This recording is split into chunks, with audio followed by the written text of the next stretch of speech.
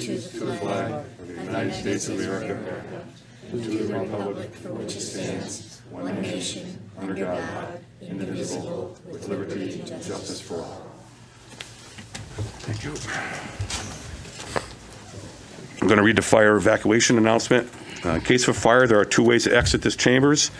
To my left, exit through the council chamber doors, turn left and walk down one flight of stairs and out the building in the bottom, or you can exit through the door in the rear of the chambers. In either case, once you're outside the building, please, get as far away from the building as possible. Will the secretary call the roll, please? Yes. Louis Fiore, Here. Linda DeGray, absent. Virginia Higley, Here. John Petronella is here. Anthony DePace, Francis Alimo, Here. Excuse me, here. Kiran Majmudar, Here. Vinnie Grillo, Here. and Christian D'Antonio. Here. With two vacancies, we will be seating both alternates tonight. Commissioner D'Antano and Commissioner Grillo tonight will be seating. And just so everyone knows, as you see, I have a lot of friends sitting next to me tonight. It's because I do have quite the head cold, and I don't want to make any of my fellow commissioners sick, so I've asked them to spread out from me a little bit tonight. So, motion to approve the minutes. So moved. Moved by Commissioner Higley, seconded by Commissioner Alamo. Thank you. Is there any discussion on the minutes from the regular meeting of February 10th? Any adjustments? No discussion?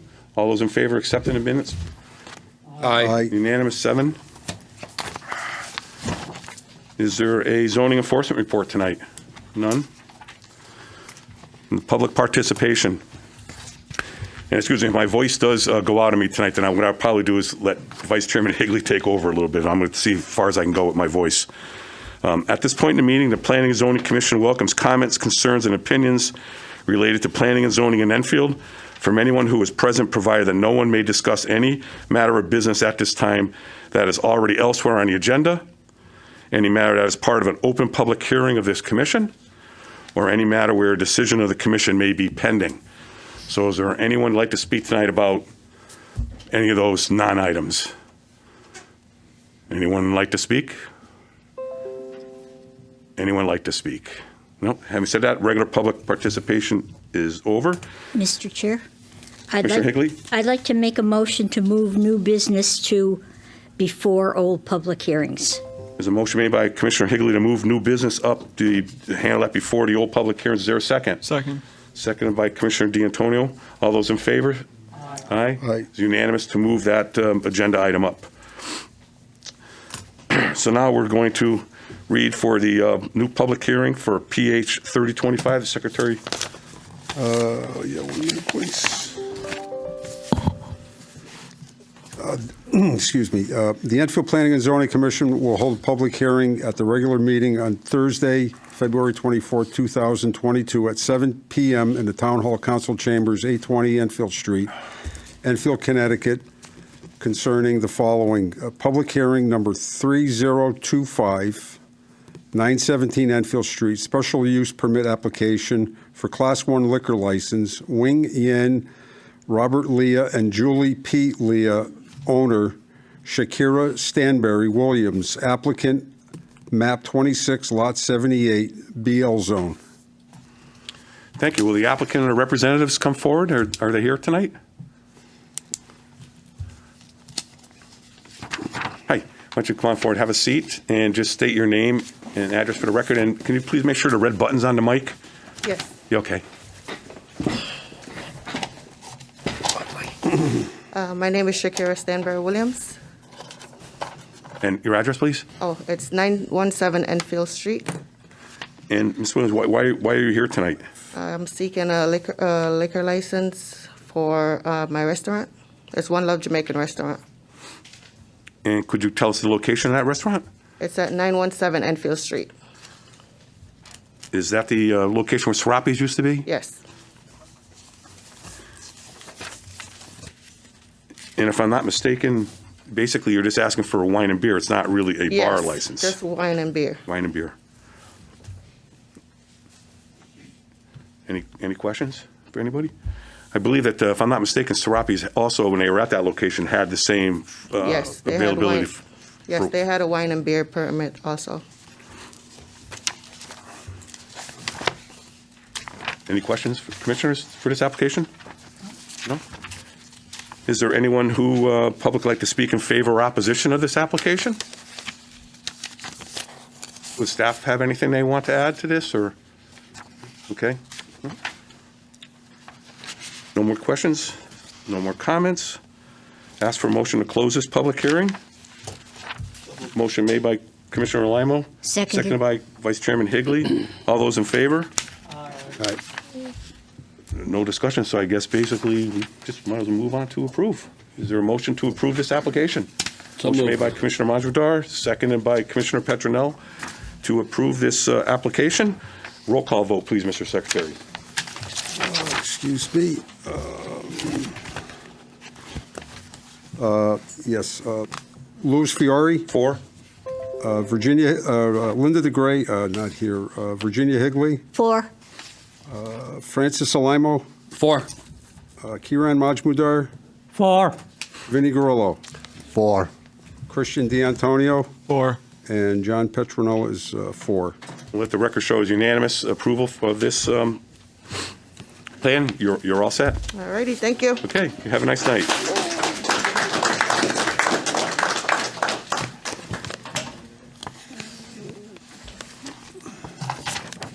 Good, I'll give you a second, Mr. Secretary, whenever you're ready. Good, take your time, John. Yep, I'm good. All right, we're on to the next one for another public hearing for PH 3026. Yeah, the Enfield Planning and Zoning Commission will hold a public hearing at the regular meeting Thursday, February 24, 2022, at 7 p.m. in the Town Hall Council Chambers, 820 Enfield Street, Enfield, Connecticut, concerning public hearing number 3026, 95 High Street, special use permit application for commercial, recreation, and retail within a TD5 zone, Molina's Plaza LLC, Sergio Molina owner, Brian LeBlanc applicant, map 25, lot 6. Thank you. Is the applicant or representatives here?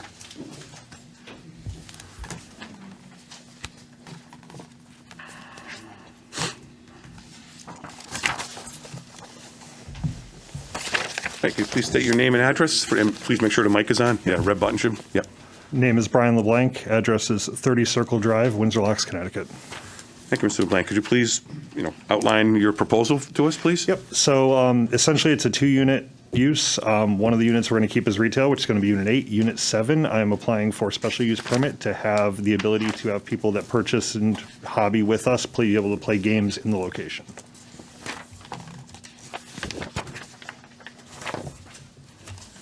Is there any question? Yeah, absolutely. Is there any questions for the applicant? Like, I guess why, just for the education for all of us and who's watching too, why did this applicant have to come in front of us for this particular use, just out of curiosity? This use in the TD5 zone requires a special permit. Okay, because it's TD5 zone? Okay, It's more the use, the commercial recreation facility. okay. All right, thank you. Thank you for the clarification. Is there any in the public who'd like to speak for or against this application? Is there anyone in the public who'd like to speak for or against this application? Is there any questions by the commissioners? You're all set? Yeah. All right. Make a motion to close this public hearing.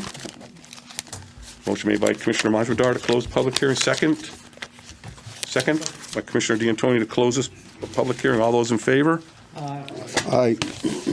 Since there's basically no discussion on this, more of a clerical thing than anything else, is there a motion to approve? Motion made by Commissioner Alamo to approve. Is there a second? Second by Commissioner Higley to approve. Roll call vote, please, Mr. Secretary. Louis Fiore, 4? Linda DeGray, absent, Virginia Higley, 4. Anthony DePace, not here, Francis Alimo, 4. Kiran Majmudar, 4. Vinnie Garillo, 4. Christian D'Antonio, 4. and John Petronella is 4.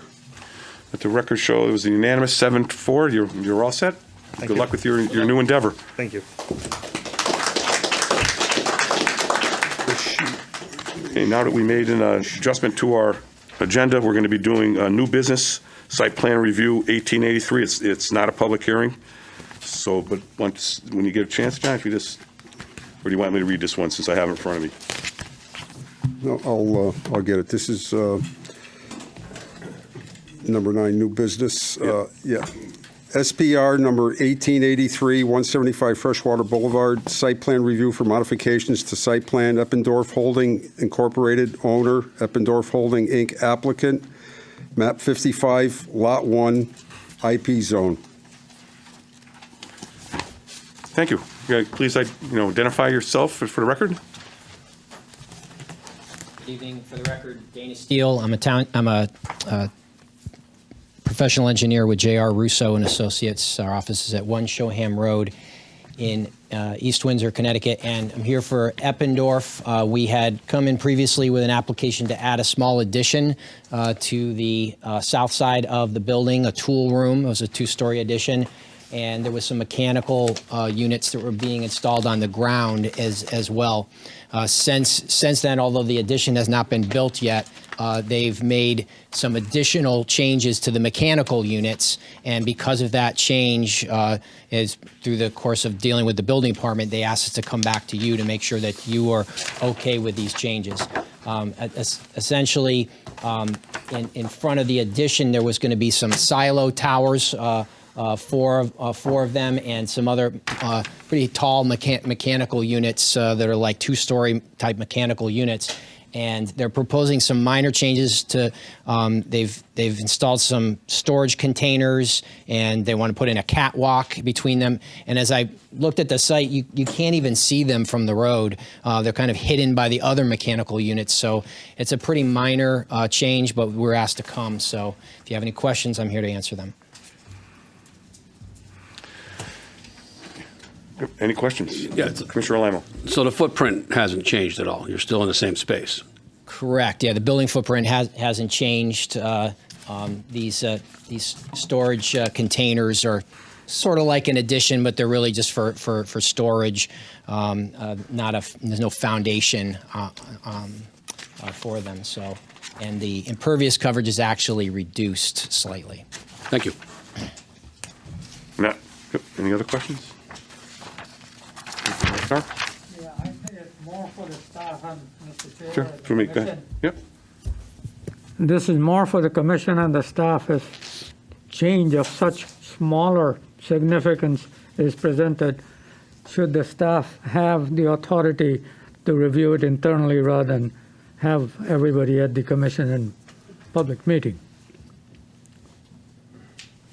Mr. Chairman, that's something we certainly can consider when we update our zoning regulations. Thank you. Which I believe we're kind of in the process of doing. Yes. Yeah. We'll take that under advisement and consideration, Commissioner Mazzar, for sure. Thank you. I did notice in your application that you 250 square feet of, I guess I would say asphalt coverage, I guess, is going to be reduced. It's actually because there was some mechanical units on concrete pads that were removed to make room for this, and those pads were bigger than what we're putting in, so that's why there was a slight reduction in impervious. So not asphalt, but impervious concrete. Okay. That's great. Any other questions? Commissioner Grillo? Nope. Okay. Secretary, make a motion to approve? Yeah, Mr. Chair, I'd like to make a motion to approve SPR 1883 in accordance with the staff report dated February 24th, 2022, with the 26 conditions listed.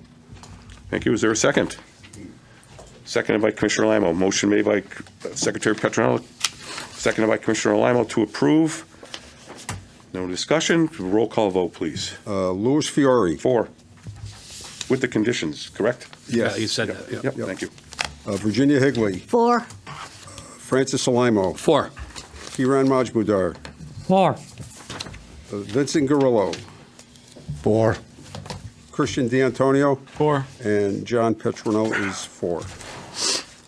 Thank you. You're all set. Thank you.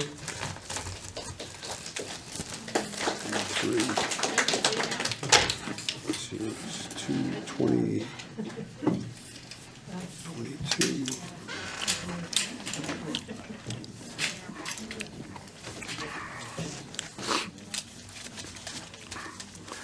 Okay. So now we're down to the, I believe the one why probably everyone is here.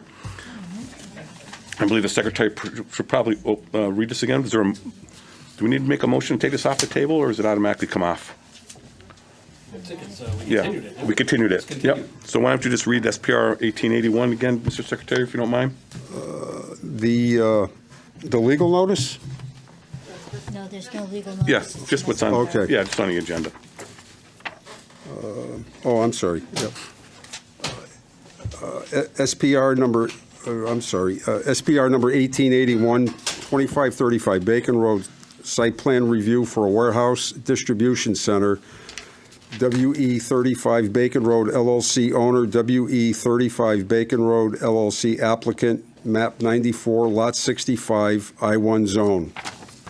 Thank you. So I think mostly everyone knows this is an open public hearing that we left open from the last meeting. So I do have a statement I need to read right off the bat, and then I will also brief everyone on the next steps in the process so there's no confusion.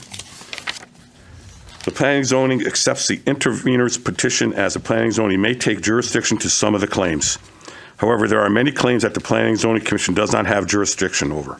We ask that the intervener not discuss any wetlands or other jurisdictional items that have been included in the petition. All right, make that statement. I'm not sure if the intervener's here. So I want to briefly just tell you the next steps in the process tonight. This is a continuation of the public hearing that we had before. We're going to have a presentation by the applicant in response to the public's comments and also provide any updates. After that, the commission will have some questions to the applicant. Then the presentation or rebuttal by the intervener will take place. And then we'll have some public hearing and additional public comment, but only if it's new information pertaining to the site plan. Then we'll have, again, rebuttal by the applicant to the intervener claims. Then we're going to close the public hearing. And then, of course, we have the discussion with the applicant about the site plan itself. So I think everyone is clear on what we're going to be doing tonight. So we're going to start right off with the applicant if they're prepared to start.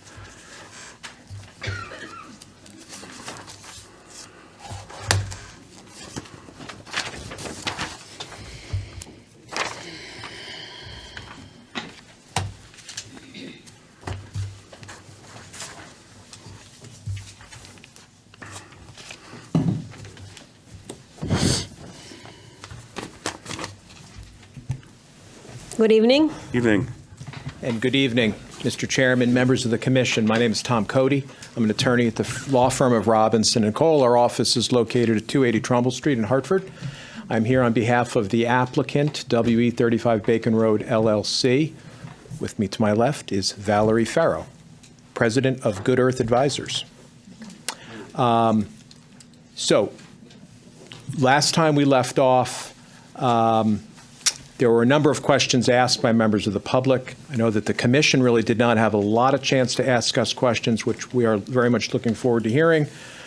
But what we thought we would do tonight is give you a brief presentation completely focused on responding to questions and comments.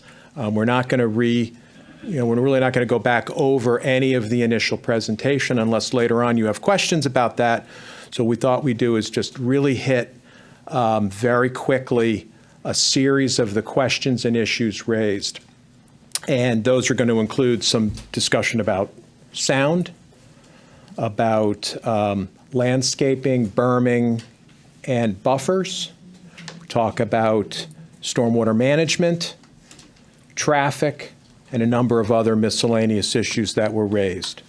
So we have a new PowerPoint, which is just several slides that'll serve to illustrate the points we'd like to cover here at the beginning. And so what I would like to do really is really just to jump right into it. The first topic that we're going to cover tonight is sound. You'll recall that when Stanley had retained the services of an acoustical engineer, and that was Epsilon Associates. Mr. Rob O'Neill addressed the commission 2 weeks ago at the hearing, and he shared with you his analysis of the anticipated sound that would be experienced from the project site. His conclusion was that the project would comply with the relevant regulations and standards, which include the town noise ordinance as well as the state of Connecticut noise regulations. Mr. O'Neill is here tonight, and he's going to discuss with you some additional input that we'd like to provide on this issue of sound. So with that, I'd like to ask Mr. O'Neill to come up, introduce himself, and run through a few minutes of a presentation.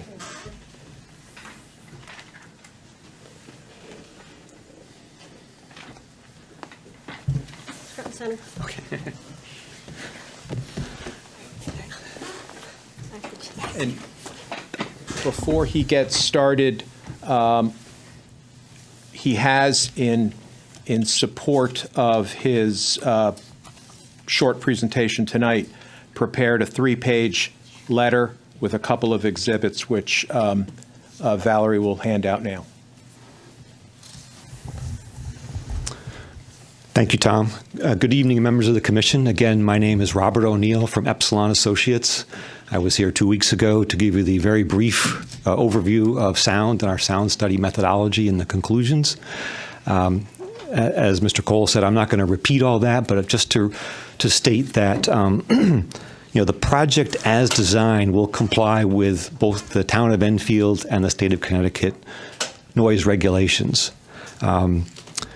Despite that, we've heard some of the concerns and questions from some of the neighbors and the abutters, and so the applicant is now proposing to put in 2 sound walls, one on the east, one on the west, to further improve conditions. Obviously, these will be both a sound barrier, and they also act as a visual barrier.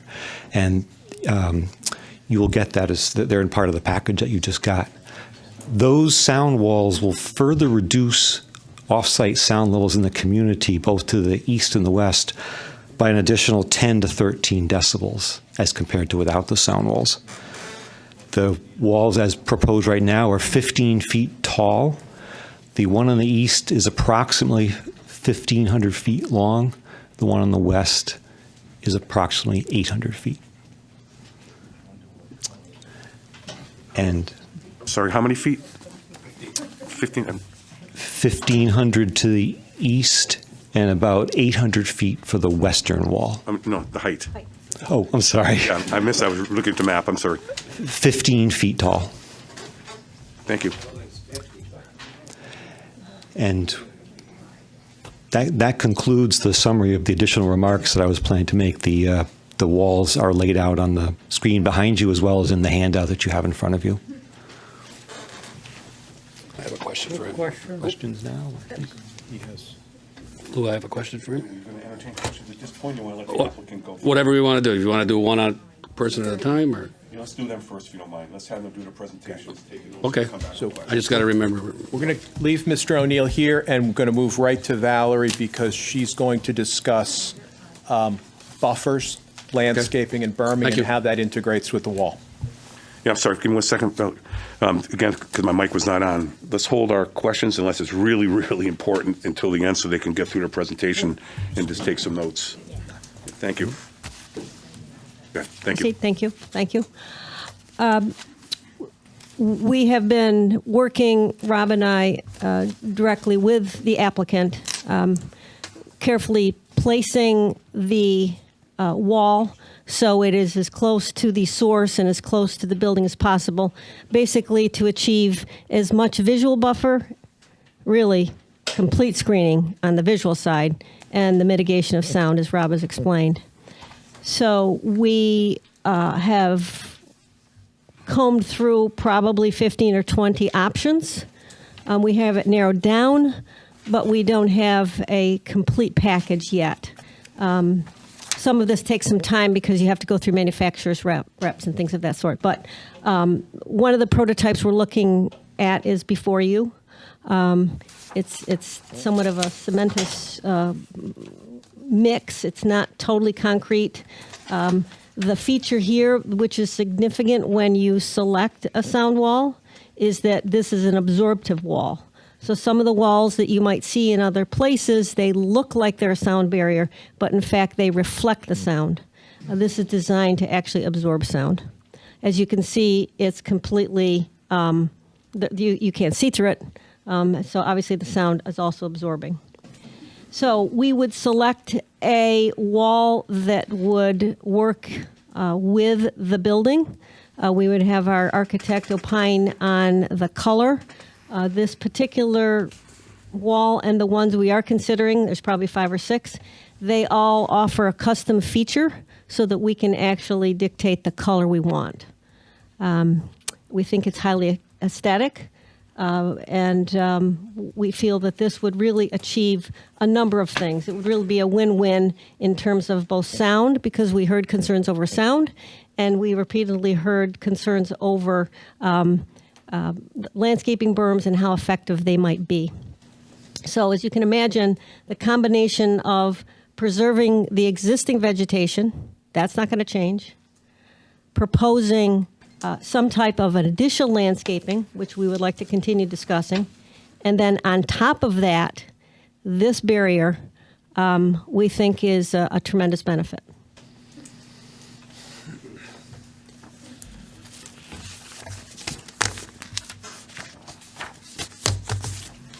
Good. So anything else on the buffer that you want to cover? I don't think we should. Okay. Let's move then to stormwater management. I'd like to have Tom Zajac from Hayner Swanson, who spoke last time to the commission, come up. He'd like to provide a brief summary of answers to questions that were asked, many of which were in the presentation of the interveners consultant, Mr. Drinkus. Hayner Swanson has prepared a letter that responds specifically to the issues Mr. Trinkus raised, which Valerie is now going to hand in. We also had an additional letter prepared by a second consultant, AECOM. And AECOM sort of put a second set of eyes on all of the work that Hayner Swanson had done. So this is sort of like an internal peer review. Within our team. AECOM's quite familiar with the property. They have done work on the property, so they were well positioned to review Hayner Swanson's work. So we've also got a letter from them which Valerie has submitted. So with that, I'll turn it over to Tom and let him summarize these answers. Thank you. Good evening. My name is Tom Zajac. I'm a civil engineer with Hayner Swanson. Here tonight to address some of the points, as Attorney Cody mentioned. We did go through a rather detailed effort to respond to some of the comments we received, both at the public hearing and in the intervener's letter. But before I go through those items, I just wanted to go back and reiterate a small portion of my presentation from the last meeting, in which we discussed some of the elements of the watershed associated with this property. If you recall, we gave a rather detailed presentation talking about both the pre- and post-development watershed and where water is currently discharging and flowing to, along with where it will continue to in the post-development condition. And I want to do this because the majority of the stormwater related comments from the residents involve concerns about stormwater runoff flowing to Cottage Road and or Shaker Pond to the west. And so what we want to reiterate is that the vast majority of of the overall site drains to the south to Freshwater Brook, and not towards the west to Shaker Pond. So if you see the graphic that's on the screen, again, it's a similar graphic to what we presented 2 weeks ago. Just to give you the frame of reference, the yellow dash line is the limit of the 35 Bacon Road property. The pinkish magenta line is the westerly side of the Shaker Pond, the overall Shaker Pond watershed, which is over 900 acres. So this property discharges about 50 acres towards that Shaker Pond watershed. So it's about 5% overall. And through the project, we're maintaining the existing drainage patterns, specifically for the perimeter wooded and open areas that drain to the pond right now. And through our stormwater management design, there will not be any runoff from the proposed development areas, the building rooftops, the parking, the loading areas that in the post-development condition would drain directly to Shaker Pond. Our design includes stormwater management controls so that the project will result in an overall decrease in runoff draining to Cottage Road and to Shaker Pond. So I just thought it was important to reiterate that point as it was brought up a number of times by some of the residents at the last meeting. As Attorney Cody mentioned, AECom submitted a letter to the commission. They're one of the biggest engineering companies in the world. They've got detailed familiarity with this site, with this project. So we thought it was only a benefit to really put an extra set of eyes on our design. And they also reviewed Mr. Trinkus's letter along with our response. And you'll find in their letter that their findings confirmed that our stormwater management design is consistent with all applicable regulations and guidelines. Lastly, we were in receipt of Mr. Trinkus's letter dated February 8th, as well as the public testimony that was provided at the last hearing. Our office, Hayner Swanson, did provide a detailed response letter that's in your possession here tonight. The letter addresses both the overarching comments that Mr. Trinkus made, as well as each and every individual comment as it relates specifically to stormwater management design and erosion control. As outlined in the letter, we continue to believe that we've provided a design that is compliant with all the applicable regulations and guidelines. And it's our opinion that many of these items included in the letter point out what are really minor technicalities or even personal design preferences, none of which material change the overall effectiveness of the stormwater treatment or attenuation of runoff on the site. We did find that a few of the comments that were provided that were more minor or technical in nature, we felt that there was an opportunity there to further bolster our design. Specifically, there were 4 areas that are outlined in the letter that we're proposing to make minor changes to our plans or our designs in response to Mr. Trinkus's comments. The first of those elements is comments related to sediment forebays.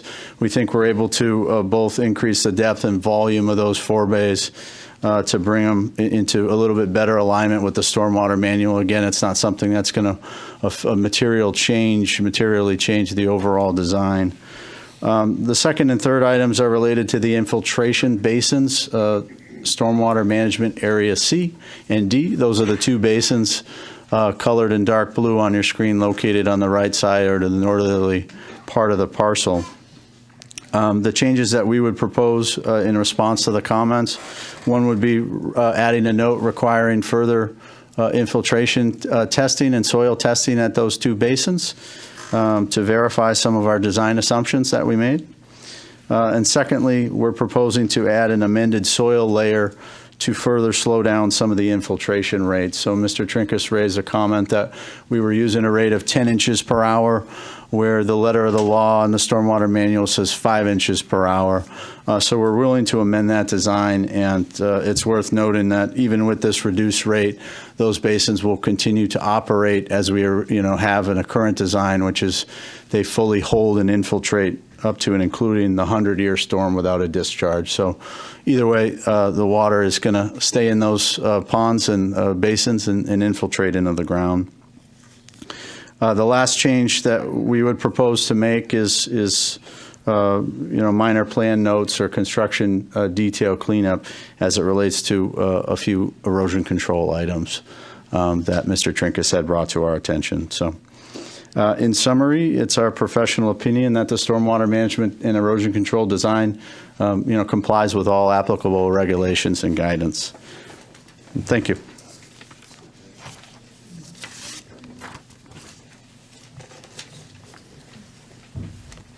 Good. Thank you, Tom. Next up, we have Matt Skelly from Fuss & O'Neill. He's going to address just a couple of questions that were asked about traffic. Thanks, Tom. My name, for the record, Matthew Skelly. I'm a professional civil engineer in the state of Connecticut. I'm a professional traffic operations engineer, certified with the Institute of Transportation Engineers. I work at Fuss & O'Neill. Our office is at 146 Hartford Road in Manchester. As Tom said, there's just a few items that we wanted to address quickly here at the outset regarding traffic, the majority of which are related to a letter I believe you all have from Sergeant Matthew Meyer of the Enfield Police Department. So I'm not going to read the entirety of what he said. I'm going to summarize his remarks and then summarize my response. Val's submitting the full letter that has a more detailed response. The first one had to do with the crash history. Sergeant Meyer just wanted to verify that we were including all of the crashes in the area. We went back and took another look. We actually did identify a couple crashes that had been mislabeled in the Yukon Crash Data Repository system. So we added those into our study just to make sure we had everything. And we also heard from some folks at the last meeting that our crash history might have been a little out of date for their taste. We conducted it with the most recent closed years of crash data according to Connecticut DOT. However, we went back and took those were 2017 to 2019. We went back and took another look at 2020 and 2021 just to be sure that there weren't any major changes. Turns out that at most of the intersections, 2020 and 2021 actually experienced fewer crashes, but more or less right on par. Sad, of course, because the traffic volumes are down, so that means it's a higher rate, but all things considered, right around on par. So that's question one about the crash history. Question two, or comment two, I might say, was about the level of service at the intersection of Bacon Road and Shaker Road. This is I think all of the rest of the comments were about the operations at those intersections. So I'll just say off the top, we can't propose any changes to those intersections without the state's agreement there. So we have already asked, as I mentioned before, we conferred with the state to ask if they would like to see any of those intersections reconfigured in any way. They said they do not. So that's kind of just off the bat. There's not much that we can do regardless of the outcome of these comments. But the first one was regard to the level of service on the Bacon Road approach. We indicated that it's a level of service F in all conditions. He asked if it included the heavy vehicles, like the trucks. Are they going to have an undue impact? We confirmed that we do incorporate the heavy vehicle percentage in our calculations there, so it is part of it. And that was the second comment. The third comment is stating that, and this was also something that we heard mentioned from the community, that a prior study had stated that intersection operated at a level of service A, and this study indicates that it operates at a level of service F. So there's kind of an important distinction there, is that each intersection has multiple approaches to it, of course, right? And so what the former study said is that the level of service for the vehicles turning left from Shaker Road onto Bacon Road operated at a level of service A. It also said that the vehicles on Bacon Road trying to get onto Shaker Road operates at a level of service F. Okay, that's the same thing that this study says. It was just reading two different lines on the table is all that amounts to. So that's clarified here in the letter, pretty straightforward. The next comment is again about the intersection of Bacon Road at Shaker Road. It's about the queue lengths, specifically on Bacon Road on that approach to Shaker Road. And again, questioning about whether, we state that the increase would be approximately 2 to 4 vehicles in length. And the question is about how that factors in the heavy vehicle percentage.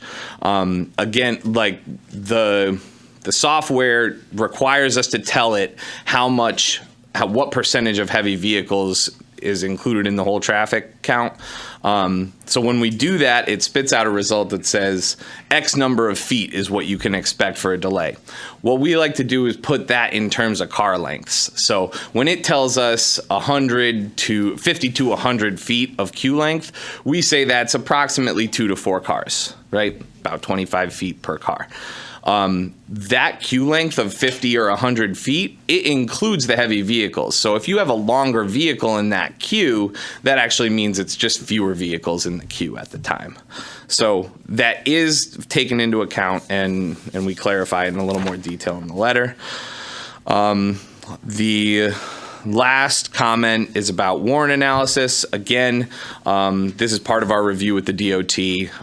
The whether or not you meet the warrant analysis, it doesn't mean you do or don't put in a traffic signal. So we're, again, same answer that we've been working with the DOT on that. There was one other item that was not mentioned in Sergeant Meyer's letter, but was brought up at the hearing, and that is why we weren't including any truck traffic from the 113 North Maple Street facility in the study for this proposal. And it's a little bit tricky. The intersections are both on North Maple Street, very close to each other, Moody Road and Shaker Road. However, the truck route for the 113 facility is out Moody Road to Elm Street. So it's not going to send, in the study, it is not intended to send any trucks into these intersections that we analyze for this. Obviously, you can't control everything, but generally speaking, that's why we didn't include it in this study. So that's all I have. Obviously here to answer any other questions that come up. Thanks.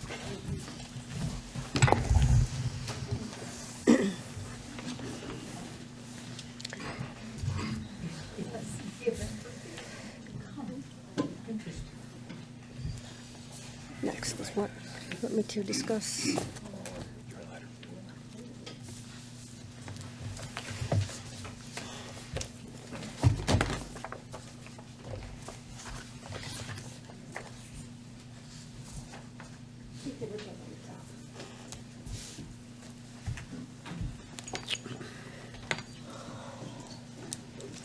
Okay. Test. Good. What I would like to do, again, Valerie Farrow, Good Earth Advisors for the record. I'm going to try to encapsulate a number of other comments. I wouldn't call them miscellaneous comments. They're just comments and things that we heard. Many of them, I think, were misconceptions or misunderstood, or maybe because we haven't had time to explain them more. I just wanted to provide some further context on those. So I'm going to talk about a number of these. And I'm giving you the highlights, and similarly to the other folks that came before me on the technical team, there's more details in my letter. First, certainly across all aspects, whether it was wetlands or planning or what we heard from our outreach efforts, we heard folks talk about the building, and the building is too large, and the building is inappropriate for the property, and the applicant should propose residential or other uses, and the commission should dictate that use. As you know, this is an I-1 designation, industrial zone. It's been in place for 40 years. That's quite a long time. It's that designation has endured a number of zoning regulation changes, plans of conservation development and the like, but it remains today. The applicant is proposing warehousing and distribution, which is, of course, an allowed use under site plan review, not special permit. The building fits. We have cited the building and have complied with the bulk requirements in the zoning regs. In fact, a larger building also fits within the prescribed zoning regulations.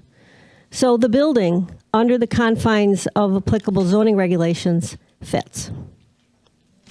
Of course, the I-1 zone provides a range of uses, but the regulations do not grant the commission the right to dictate the use, nor does the public get to choose the use. That is prescribed in the zoning regulations as they stand. If we wanted to have that discussion, that is a completely different process. I think it's a process that you might undertake in the coming months or coming years, but that is not this application. It's not a special permit. It's a site plan review. One of the other things I heard, which often is related to the zone, is that we needed to demonstrate consistency with your plan of conservation development. And under the site plan review process, we do not need to demonstrate consistency with the plan of conservation development. Those are aspects that are typically brought up during special permitting. However, if you look at the current plan of conservation development, there is a future land use map that designates a large area of industrial land. This property is within that and therefore is consistent with that future land use plan. We have also heard, and you just heard Tom Zajac speak about runoff and how we are going to contaminate Shaker Pond, Shaker Lake, and Crescent Lake. And I think you've heard it very clearly that the claims to this are false. We've provided ample evidence. We've continued to examine our design and double-check our analyses, and we've confirmed that they do meet the criteria that we must meet. And you also heard Tom talk about a second set of eyes from AECOM who reviewed very independently and provided concurrence.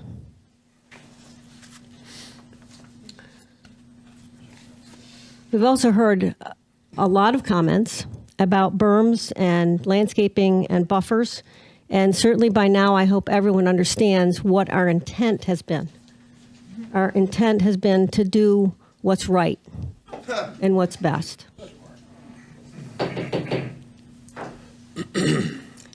I hope we also know, coming into tonight's meeting, that the commission is afforded the flexibility of modifying certain specifications if it deems it appropriate. And we've provided those options to have that discussion. The applicant is willing to install landscaping to fully comply with the landscape debuffer. We made that point last time, and we showed you graphics, what that would look like. We have no problem installing that buffer. But based on our analysis and feedback from many of the residents, most of them along Cottage Road, we proposed an option that we believed would be better serving the residents. Despite what we have heard from some residents, in areas where we have intended to use existing vegetation as a buffer, there is at least 100 feet of a buffer of existing vegetation left. We've heard a number of times that that wasn't the case. We have showed you ample graphics that showed hundreds of feet, and there is an area along the southern portion of Spruceland where it is exactly 100 feet. That 100 feet is on the applicant's property. He's not limbing up, he's not clearing, he's not doing anything. That's the DOT. That's the DOT railbed right-of-way. That is not our property. So that 100 feet remains intact. With the offer that we made tonight of installing the sound and visual barrier, we believe both Cottage Road and the Crescent Lake communities are afforded even a greater level of protection. And we feel it should eliminate any outstanding issues related to landscaping or buffers. I want to touch a little bit on berms as sort of a separate aspect. Berms, as proposed, are not being installed at the direction of the commission. It is part of our proposal. It was part of our modification that we wanted to discuss. Therefore, it was our opinion that we did not have to adhere to the height requirements as specified in the regulations.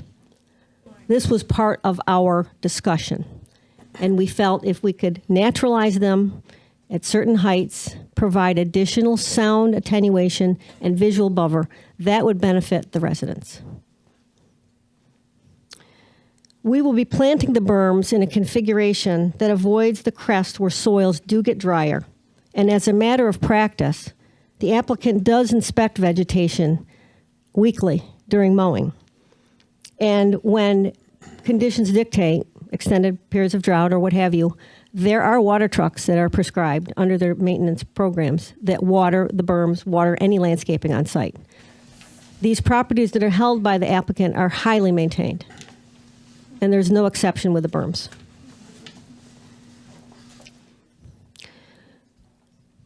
We also have a letter from our environmental consultant, HRP Associates.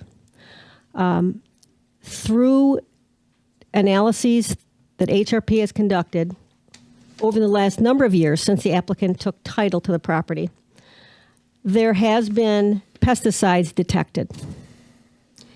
These pesticides, as this letter will explain, is regulated by the Connecticut DEP. There's no aspects under the jurisdiction of this commission or a local agency to regulate how the pesticides are handled. We have to adhere to DEP standards. And there's been more recent updates and guidance on pesticide use. And as you know, this is from historical use, agricultural use, and Fields of Farmingtown. They're everywhere. And we fully intend to comply with the Connecticut DEP standards. Thank you. Parking. We heard a number of speakers during the public hearing request that the commission deny a parking waiver. A waiver is not needed, and a waiver is not requested. The regulations permit the commission to determine a different parking requirement in certain situations. We have simply asked the commission to consider less parking, and we've provided supporting documentation in our application that is based on market experience, that's based on potential employment projections associated with warehousing and distribution. And we've also consulted an independent data source, the Institute of Transportation Engineers, the ITE Parking Manual, which is a nationally recognized source of information. We think, in general, building less parking is actually a benefit. There are 665 spaces required. We're providing 612, 410 of automobile spaces, 202 of trailer spaces. During the public hearing, we provided a drawing depicting an additional 43 spaces to demonstrate easily and willingly that we would provide the required 655 parking spaces, and therefore not require the commission to opine on our request. That's all it was, just to demonstrate it was there. In case there was something else that you wanted to bring up, we could comply with that. If the commission decides that the full 655 spaces are needed, then the applicant would also agree to a condition of approval that would provide required landscaping along any area that is included in the parking count.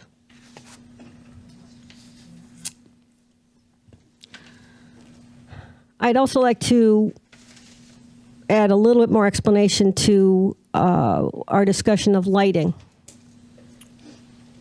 The plans include LED lighting. You saw the details that Henry Thomas, our landscape architect, provided.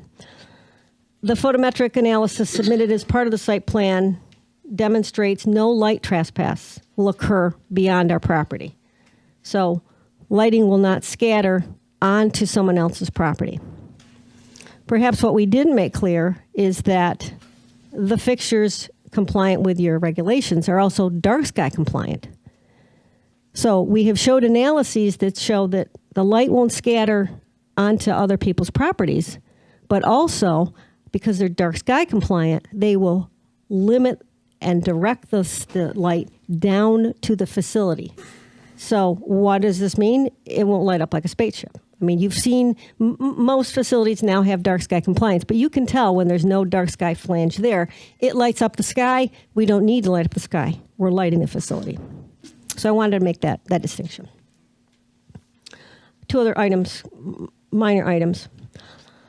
There was mention that we hadn't submitted architectural plans. Certainly, there's no requirement to submit the entire set of architectural plans, but we provided schematic details at the last hearing. We showed you the height, we showed you elevations, we showed you exterior details, we showed you the color palette. Those are definite. I also included some schematics of the initial floor plans, and that demonstrates clearly that this is a warehouse. There's no partitions, there's nothing in there. It's an open floor plan because it's a warehouse distribution facility. In the elevations, we showed you that there will be a parapet around the entire building. That parapet will effectively screen any mechanicals that will be mounted on the rooftop. So the appearance of the building is much higher than it actually is because we've installed that parapet. So we believe this information, as submitted, meets your requirements, and we think we are consistent with your regulations. Lastly, there was a comment about the site plans not illustrating trees that were 12 inches or greater in diameter, and we hadn't located these in the plans, and this somehow would relate to the effectiveness or maybe the lack of effectiveness of the landscaping. So the site plan drawings that we originally submitted call out all the existing vegetation and also the areas to be removed. So those were in our original plans. We know that several large areas of existing vegetation will be preserved as part of the project, but identifying individual trees greater than 12 inches in diameter over a 181-acre site would be extremely difficult to accomplish and nearly impossible to depict on plans. So to further drive home where the areas of vegetation to remain, vegetation to be removed, we have developed an additional graphic. In fact, it is right here. And the green is to be retained, the red is to be removed, and we have added a label indicating that there are trees 12 inches or greater in diameter in just about every area. And I think it's an interesting piece of information. But if you can imagine us going in and trying to identify and flag every single tree within that very mature forested area, particularly in the areas that we're never touching, would just be impossible. So that graphic is also included in my letter as an attachment. And I think that concludes. Good. Thank you. Again, Tom Cody with Robinson and Cole for the record. I have a couple more issues to cover, and then we'll be done with our presentation.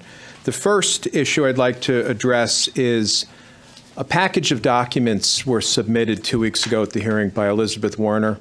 And in Ms. Werner's remarks, it was suggested that there could be possibly an access easement, an old access easement that exists across the 35 Bacon property and/or an agricultural restriction.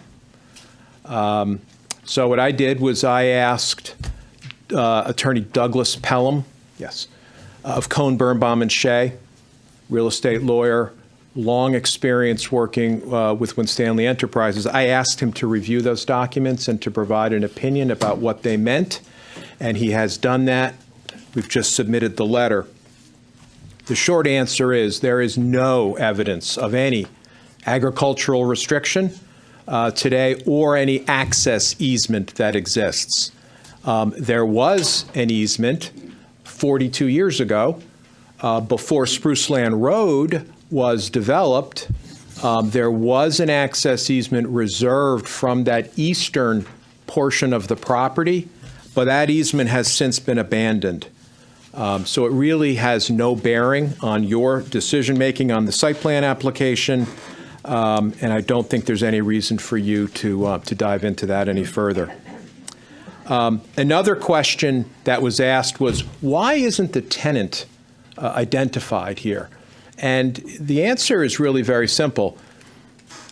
When you are reviewing a site plan, and even a special permit for that matter, the focus is not on the identity of the user, it is on the use, the specific use that is being proposed. And so the use here is warehousing and a distribution facility. And if it's company ABC or it's company DEF or GH&I, that really is not in any way relevant to your discussion. It is fundamental that it's the use and not the user. And I would say that in my experience, working with other clients, this is probably a common situation where a commercial project or an industrial project does not know the identity of a particular tenant, but that really isn't relevant to this decision-making process.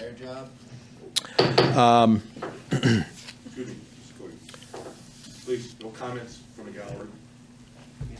I'll ask you to leave. Thank you. Thank you. Next issue. I'd like to turn to site plan review.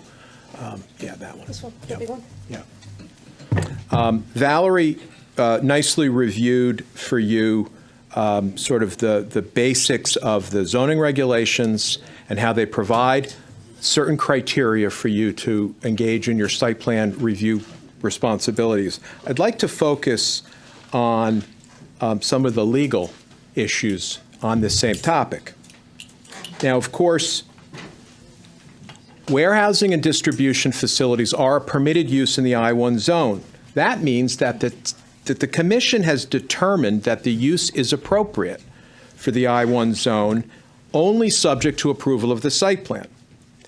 The Commission does not have independent discretion beyond determining simply whether the plan as presented, the application, complies with the regulations. And if it does comply, then the Commission must approve it. There is a significant case that you should be aware of that was decided in Superior Court, Connecticut Superior Court in 2007. I've attached a copy of this case to my letter to you this evening. The case involved the Enfield Planning and Zoning Commission, and the case caption is 229 Post Office Road LLC versus the Enfield Planning and Zoning Commission. And in this application, the Commission had before it a site plan application for the expansion of a commercial use. And in the end, the Commission decided to deny the site plan. And the reasons given for that denial related to off-site traffic impacts. Well, the applicant, who'd had his application denied, appealed to court, and the court agreed with the plaintiff and reversed the Enfield Planning and Zoning Commission's denial of the site plan application. And of course, what did the court conclude? That the Commission cannot consider off-site traffic impacts because that is beyond the scope of site plan review. It goes beyond the scope of the limited criteria that you have in your regulations that govern what you should do on site plan review. Here, the applicant, I think, has gone to great lengths to show you how our application complies with the site plan criteria. Valerie just continued that explanation, and we really believe that we have met all of that. And I would also call your attention to the fact that the Department of Development Services prepared a staff report dated January 27th, 2022, also contains a very thorough review of how the application complies with each and every one of your specific site plan review criteria. Now, let me turn to some of the remarks that were made to the Commission at the February 10th hearing on this topic of sort of site plan review. First off, Councilor Nicholas Hopkins. Nick Hopkins spoke to you, and he presented a letter. And he made a number of statements about the standard of review and what you should be doing in your review. And I want to point out that some of the things he told you are clear misstatements of the law. First statement, he told you that section 9.10.4 in the zoning regulations means that you need to review all of the regulations in reviewing this application, not just the site plan review criteria. And I would say to you that that statement is clearly wrong. And it's wrong because of the long line of cases that have been decided in Connecticut courts that don't say that all of the regulations in your book apply. What applies is the I-1 zone regulations, site plan review criteria, and then those other specific items that we've talked about: erosion and sedimentation control, landscaping, and parking. That's it, not the entirety of the regulations. Now, Councilor Hopkins also made another statement, and he told you that a site plan may be modified or denied only if it fails to comply with the requirements set forth in the zoning or wetland regulations. He goes on to suggest that you should engage in a review of the wetland regulations and state watercourse standards, and that you are empowered to modify or reject the site plan application if it doesn't comply with these. That is flatly wrong. The Commission's role in site plan review is not to do an independent review of what the Wetland Commission has already done, right? The Wetland Commission has already, in this case, approved an application for this project unanimously. It is not the role of the Planning and Zoning Commission to go back and revisit the wetland regulations, but that's what was suggested here. It really is absurd to suggest that, and I would submit that what Councilor Hopkins invites you to do with that comment is exactly what the Superior Court struck down and reversed in the 229 Post Office Road case that I've shared with you this evening. There were also some other comments from members of the public about special permit review, and you heard woven into some of the comments suggestions that you should be considering the harmony of this use or the consistency or compatibility. And I would simply say those are standards that apply to special permit review, which of course is very different than what we have in front of you. Harmony with the neighborhood, off-site traffic, height of buildings, walls, extent of landscaping, and their relationship to property values, none of that applies to site plan review, and that is well settled in our law. Final issue I'd like to cover briefly is, the environmental intervention petition. You've heard from our several consultants this sort of technical response. I just want to briefly review sort of what the legal standard here is. When an environmental intervention petition is presented under 22A19, you really have a two-step process presented to you. First, you consider whether the activity proposed is reasonably likely to unreasonably pollute, impair, or destroy the air, water, or other natural resources in the state. You are not to look beyond the scope of your jurisdiction. That petition, that statute doesn't turn you into a mini environmental protection agency. You are still the Planning and Zoning Commission with a site plan. You are limited to the issues that are within your jurisdiction. So you have to first make that determination. And if you find that the intervener, whose burden this is, if the intervener does not show you that it is reasonably likely that these things will occur, then the analysis ends right there. The environmental intervention has failed. They have not proven their case, and that's really the end of the analysis. If the commission does make the finding that it is reasonably likely to cause unreasonable pollution or impairment of the natural resources of the state, then you move to the second part, but only then, which is to look at whether there are feasible and prudent alternatives to the project as proposed. We would submit that the intervener has completely failed to show you any likelihood that an unreasonable impairment will occur. What we've seen, we've heard factual misstatements, we've heard speculation without much backup. These are not enough to carry their burden of proving their case.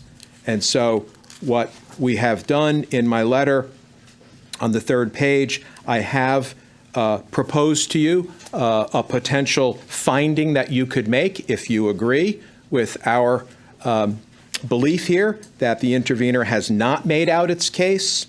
I think you could consider a finding which so states, and I have included that on the third page of the letter.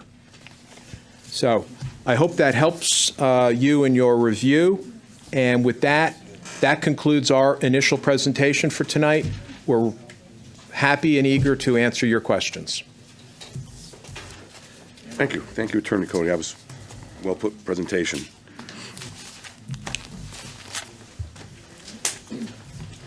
Commission, questions to the applicant? Do you want to start the questions now, or do you want to wait because we have to get 2 rounds of questions, so it's up to you. I'm ready. I'll ask them. Do you want to ask a question now? I'm just writing them down. So Yep, Commissioner Lamo. Thank you. Thank you for your presentation. The first one I had was relative to the new wall, and you answered that, the aesthetics of it, how it's going to look. Relative to that, if that is the choice, are you still going to do berms? Absolutely. Okay. And the second issue. I don't think that's working. No. Yeah.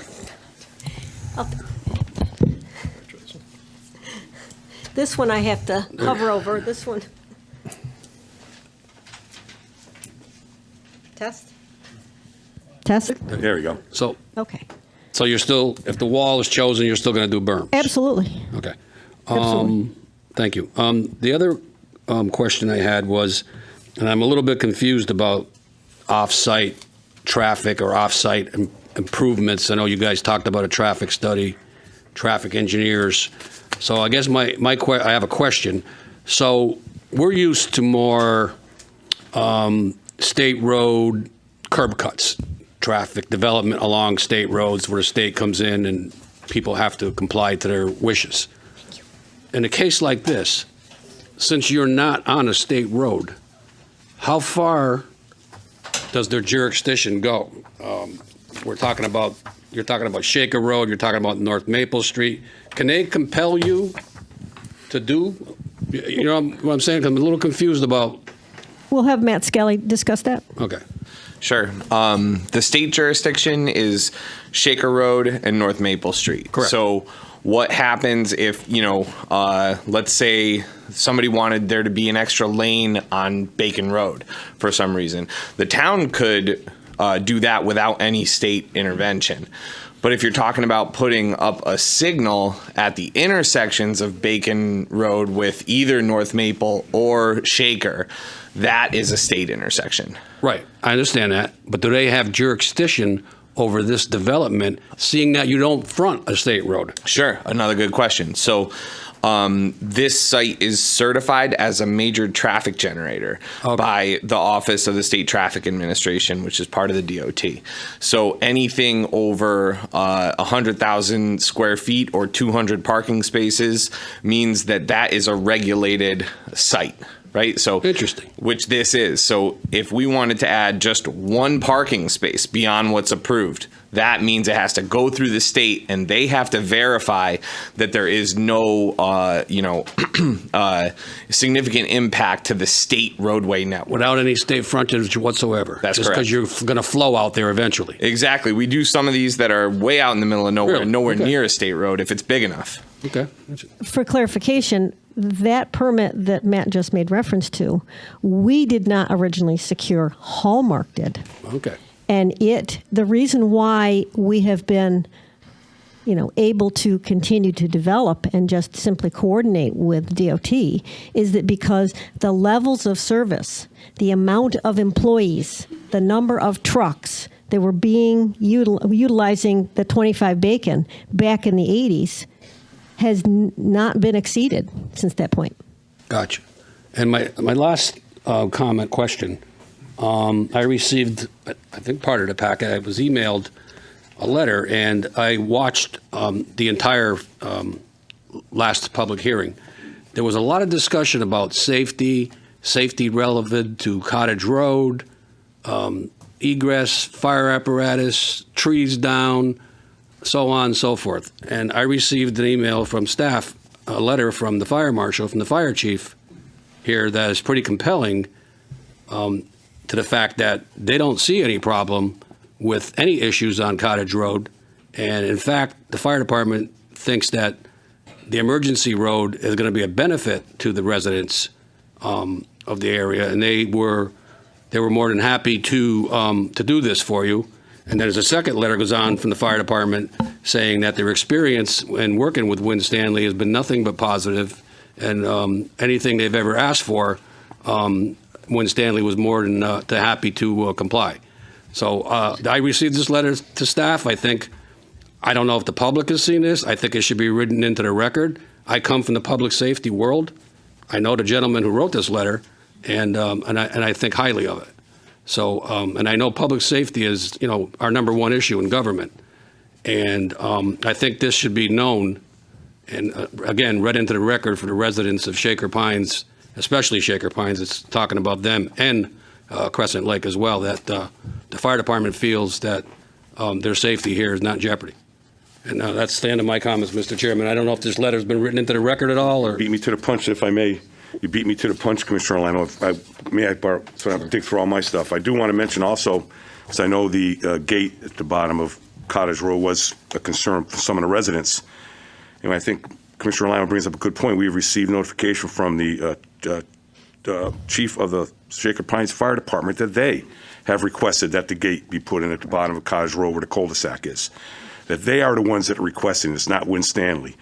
So if anyone has an issue with that, they really should be talking with the chief of the Shaker Pines Fire Department, not with the Planning and Zoning Commission. And again, Mr. Chairman, I think that this letter, I know we got it emailed to us. I think we all did, but it should be part of the record. I mean, I don't know if this gets inserted somehow, but this is very, very important because public safety, I think, is the most important It's issue. it's already part of the record. Okay, thank you. And for clarification, we did, early on in our coordination, we did meet with the fire marshal and the fire chief, and they recognized right off the bat that there was really no legal agreement for them to access. And, the applicant was with us. We discussed what we could do. We talked about improving that gate and allowing that access to occur under emergency situations. And I also think, again, coming from the public safety world, it seems to be worded here that even with your current facility in their district, if there is any issues that arise, and it could be just a simple inspection of emergency light or whatever,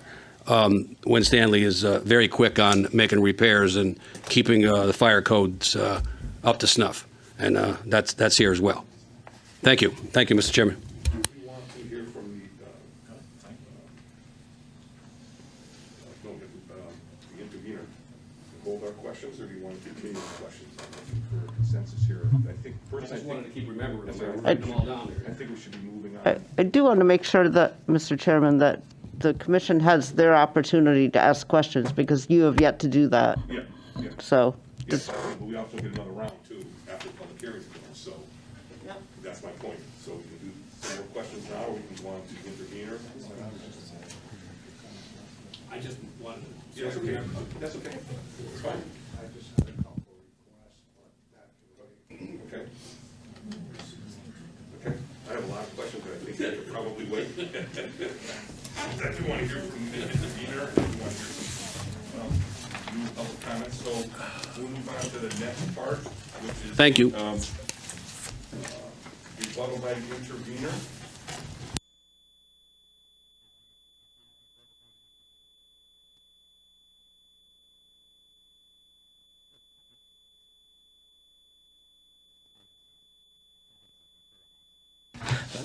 No problem. Was on a phone call with another Zoom meeting way down in Ridgefield, closer to where I live. But oh, sure. Steve Trinkus. I'm a licensed professional engineer from Southbury, Connecticut. I was originally licensed in 1988, so I have been doing this for an extremely long time. I started in the survey field back in the mid-'70s when I was in college, and then got into land development and got my license based on experience, as I actually have a Bachelor of Science in Forest Management. I did a review letter of the initial plans by the applicant by HSI. I understand tonight AECom has done a peer review of their plans and there are suggested modifications.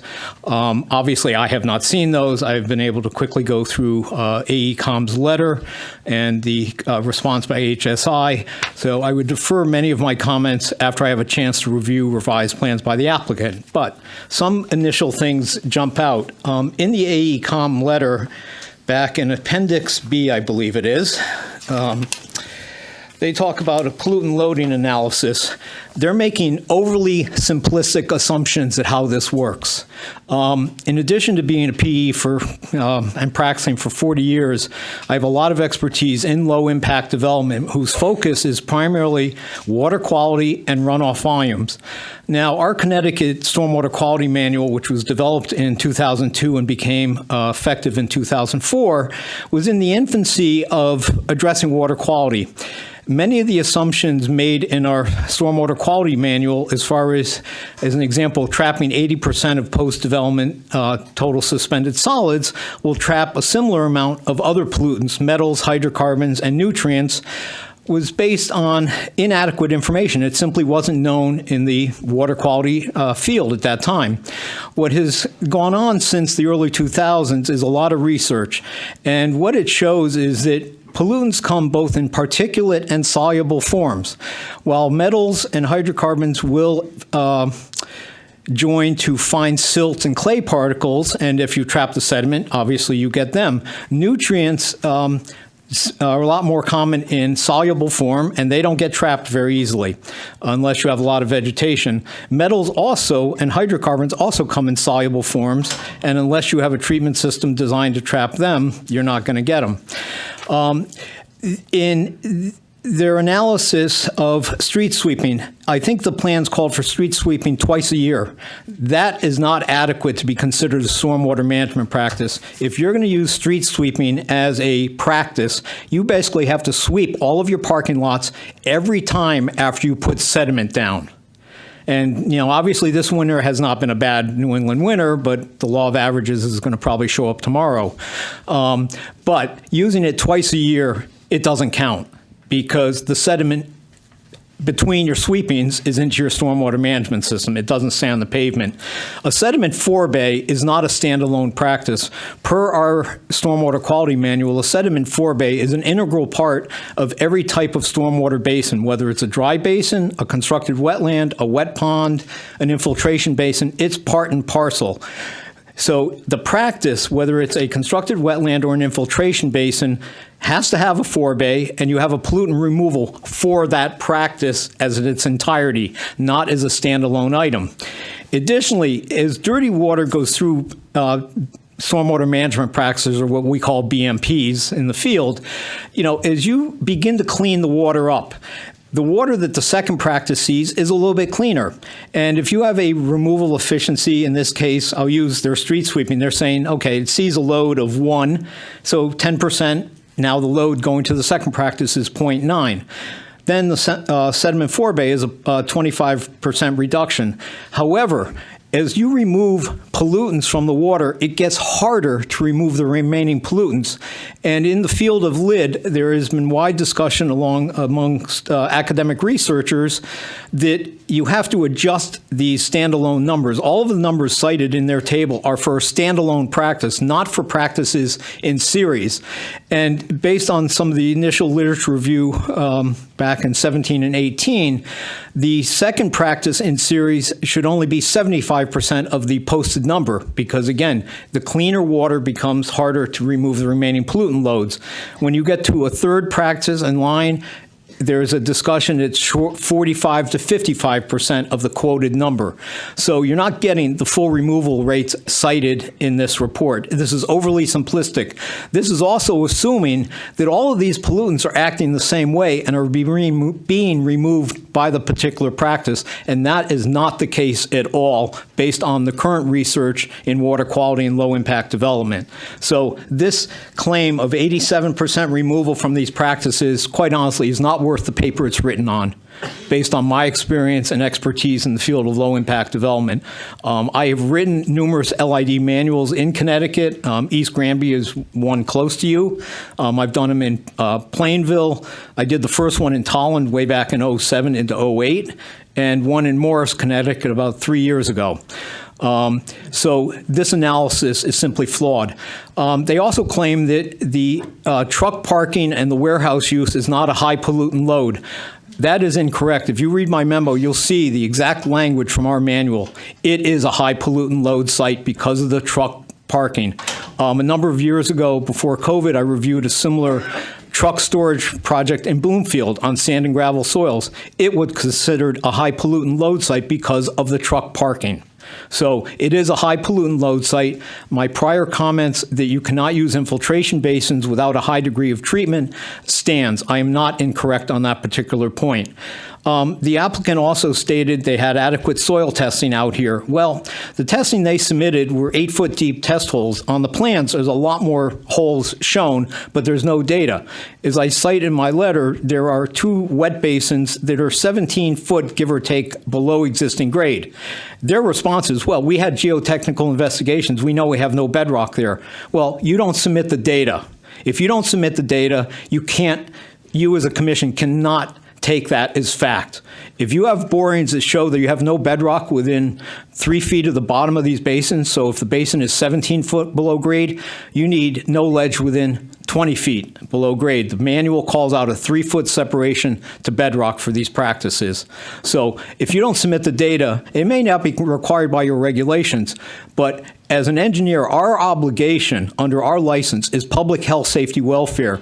We give you all of our relevant information. We don't hold anything back. We give it to you so you can make an informed decision based on the facts that you have in front of you. Right now, you don't have enough facts for this. As far as treatment practices go, street sweeping is not a practice.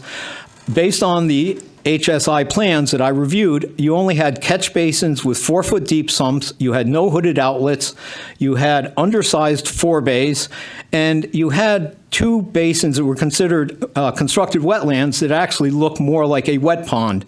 And that is why I cited the relevant sections from the manual and gave you the images of the different types of practices.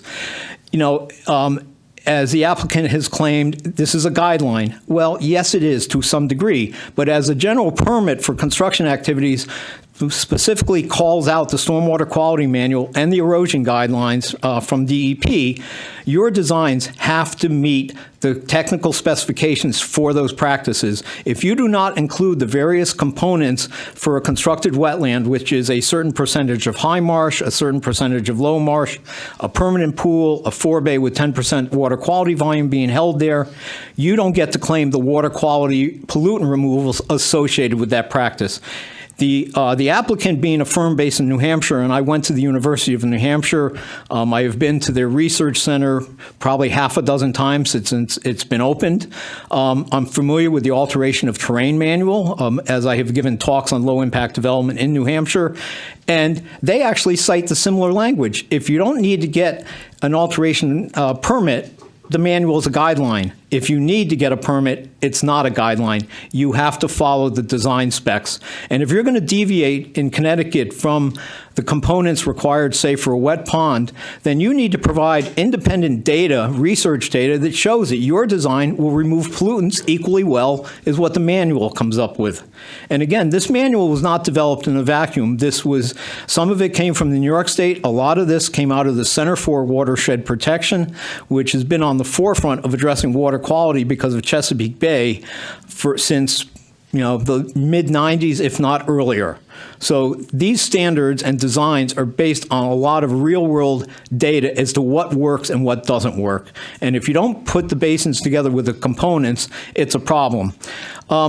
As I cited last time, I believe, with just the building roof alone, that 1 inch of rain, which is our 90% rainfall event, would generate roughly 500,000 gallons of water from that alone.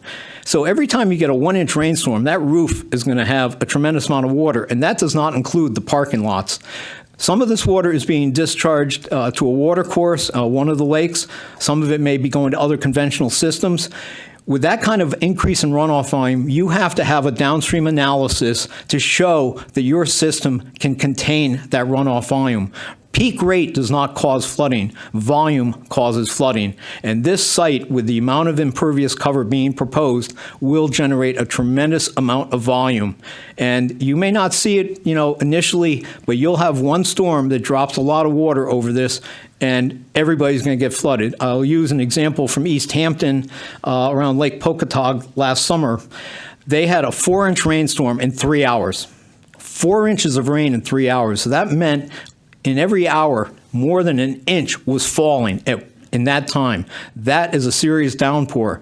They had serious stormwater problems because of, they're directly connected roads and driveways into the lake. So you get these storms, and if you get a storm like that hitting the impervious cover up here, people downstream are going to get flooded. There's no ifs, ands, or buts. As you cannot use infiltration basins to reduce runoff volume because of the pollutant loads and the truck traffic and the truck parking here, the other two basins do not infiltrate, so there's no reduction in runoff volume. That will be discharged. And again, the obligation is to show that I'm not going to have an adverse impact on down gradient drainage systems. That analysis has not been provided. And that's a serious flaw in this application. Contrary to Attorney Cody, in my opinion, having worked with many attorneys on intervention petitions, the fact that there's increased runoff volumes that can cause adverse downstream impacts, there's increased pollutant loads that will adversely affect water quality, you have established environmental harm without a doubt. There is no shortcut to that. You will have that. This is farmland. Great, it's a giant building on it. I drove by the Amazon warehouse the other day as I came back from a conference on Route 20. I don't know how big that building is, but again, this building is almost 14 acres of building. I don't know how big of a lot you live on. I live on 1.5 acres, and I try to visualize how big this building is, and it just blows my mind. It's a tremendous building, and it's a tremendous amount of impervious cover. Other issues with the stormwater management system is many of their pipe runs are extremely flat, like 0.2%. A general rule when I was learning engineering was no pipe less than 1%. Sanitary sewers could go to 0.5%. But to run drainage pipes at 0.2% in 100 feet, you have that much pitch. That's virtually level. And that's in the ideal world. You're laying, whether it's plastic pipe or concrete pipe, are you going to get it that level? You're probably going to make it dead level. You're not going to get that slight amount of pitch. Over 100 feet, you're talking a 1/16 to an 1/8 inch every 20-foot section. It's just a very, very flat pipe. One of the problems with very flat pipes is you need to have a cleansing velocity of 2 feet per second for a common storm. If you have a 1-inch rainstorm, you're unlikely to have a high enough velocity to actually keep those pipes clean. So sediment from the parking lot that gets in there is going to build up in the pipes. It's simply not a sound practice to have drainage pipes dead level. Water does not flow on a dead level surface. It needs at least 0.5%, if not more, to get it there. And that is one of the issues that flat sites are very problematic from a design standpoint, simply because there isn't enough pitch to direct the water. So at this point, because of new information, and I assume new plans will be submitted, I will reserve additional comments and an updated letter after I can look at that information. Thank you. No problem. We look forward to that, and you're recognized as the intervener, so we look forward to your future comments. All right, so now we're at that point where we have additional public comment, but I want to emphasize again, it has to be related to the site plan, and it has to be new information. I know a lot of you were here last meeting. I don't want you coming up and rebutting what you already stated in the last meeting we had. That's in the record. We took copious notes, all of us, believe me. We don't need to be hearing over and over again. So if you don't have anything new to add, or if we have not heard from you before, please refrain from the comments, because we have all that information. So we're going to go through the list. You get 5 minutes to speak. Please come up and identify yourself with your name and address. And the first person on the list is Stacy Daigle.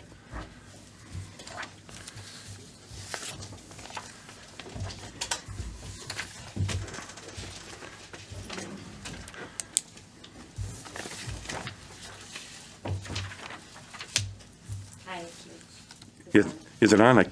Is the red button, is it lit? Oh, now it is. There you go. Okay, thank you. Yep. Stacy Daigle, 55 Cottage Road. I guess I could take this since I'm not around any people. I too have a cold, so I've been wearing that. Oh, sorry.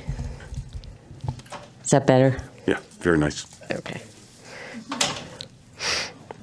Okay, I'm not going to sit up here and tell you your job like other people have. You know your job. I just want to point out there's been a lot of pictures and numbers going around, and I know it's been thrown at you guys, so I just want to help you weed through this stuff. So they put out a summary sheet about the traffic, so I just wanted to go over a few key points. The peak hours that were analyzed and the expected trip generation, they came up with approximately 300 trucks just from this building. So the building in front is about 70 trucks a day.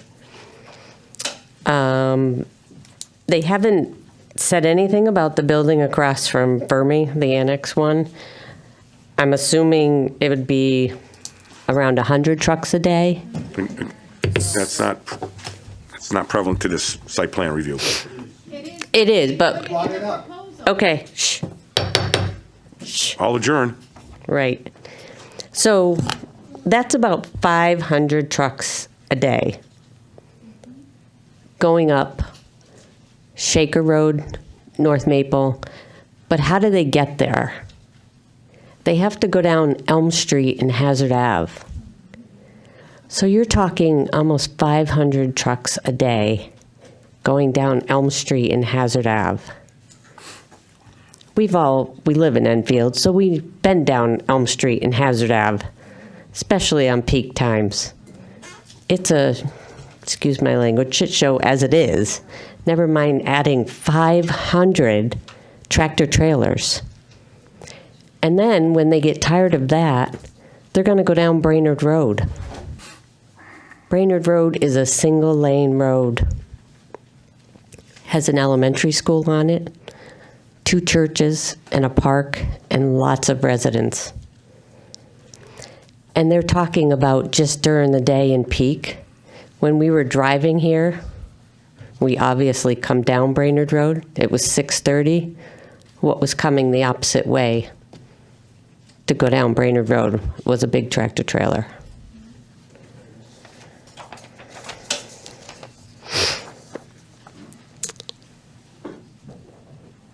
So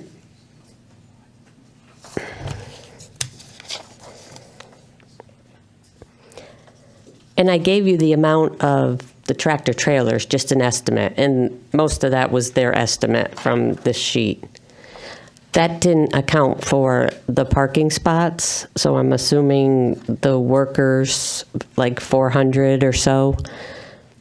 That's another, how many cars a day going down either Elm Street or Hazard Ave or Brainerd Road?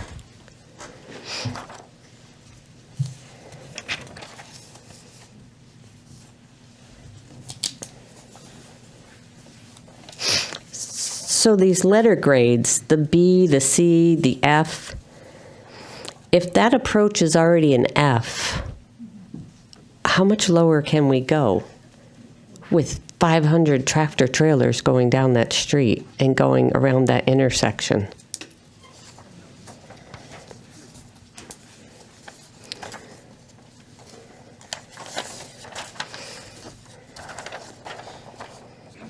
So this map that they showed you, you're right, you can't account for this building that's going up Fermi, but it is going to be right there. And so this is how those trucks are going to get there. So that's another 100 trucks. Not to mention the prison is up here. Has anybody gone down that road when there's been a change in prison guards? So that's how many more cars going up and down, and are they going to get stuck in traffic? And if there's a pile up trying to get in there, into this project on Bacon Road, where are those tractor trailers going to line up? I know they already do this on Print Shop Road, and it's bad. I know people that have offices there, and they line up and you can't get through. So that means that the prison guards are going to have to go. Time's up. Oh. 5 minutes.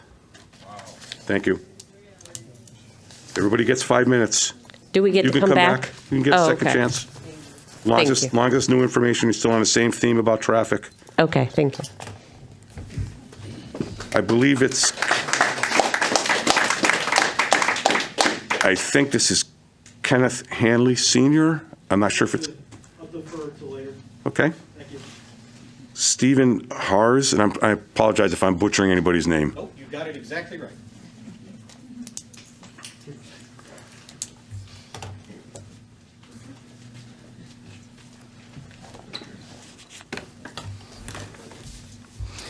For the record, Stephen Hars, and I live at 147 Cottage Road. And I wanted to address the proposed usage of this building. And I know that we heard earlier, and I certainly agree, that it's not really a question of who the tenants are. The onus is on, what the proposed utilization of the building is. And I have not lived here in Enfield as long as the people behind me. I came here in 2018, and prior to that, I was a 15-year resident of the town of South Windsor, where, like you, I served on a town commission. By now, I'm sure we're all aware of the events that took place in South Windsor a couple of months ago. And like our site plan here in Enfield, they were faced with a proposed huge commercial structure. Like here in Enfield with this site plan, the building was adjacent to a residential area. And like here in Enfield with the site plan, the neighbors had major concerns about noise and tractor-trailer traffic, similar to what Stacy had just said. And then interestingly enough, the commissioners, not the public, but the commissioners, questioned whether or not this was actually going to be a truck terminal and not just a distribution facility. And wouldn't you know, they came to the conclusion that the site plan was for, in actuality, a truck terminal, and voted it down unanimously. In that this site plan includes a building with an expected daily traffic of almost 300 tractor trailers a day, on top of the already crowded roads that Stacy discussed. I would ask, based upon your honest knowledge of the building's proposed use, that you vote the truck terminal down. In closing, I'll fill you in on what's probably not a secret.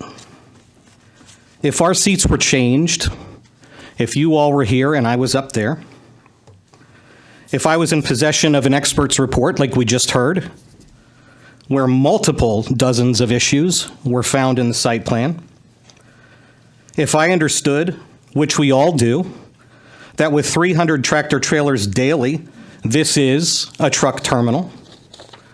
Although I know none of you personally, I've never seen any of you until I came to the meeting last week. As a neighbor, as a human being, I would most certainly owe that to you. Thank you for your time. Thank you.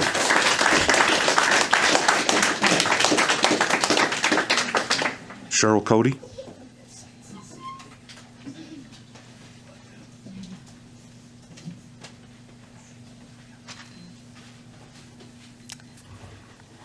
Thank you, but I am a little disappointed. It didn't say Cote, but that's okay. I changed it up this week. Oh, okay, thank you. Cheryl Cody, 92 Cottage Road, Enfield. And thank you again for allowing us to speak. It is extremely important. As you can see, a lot of us have shown up.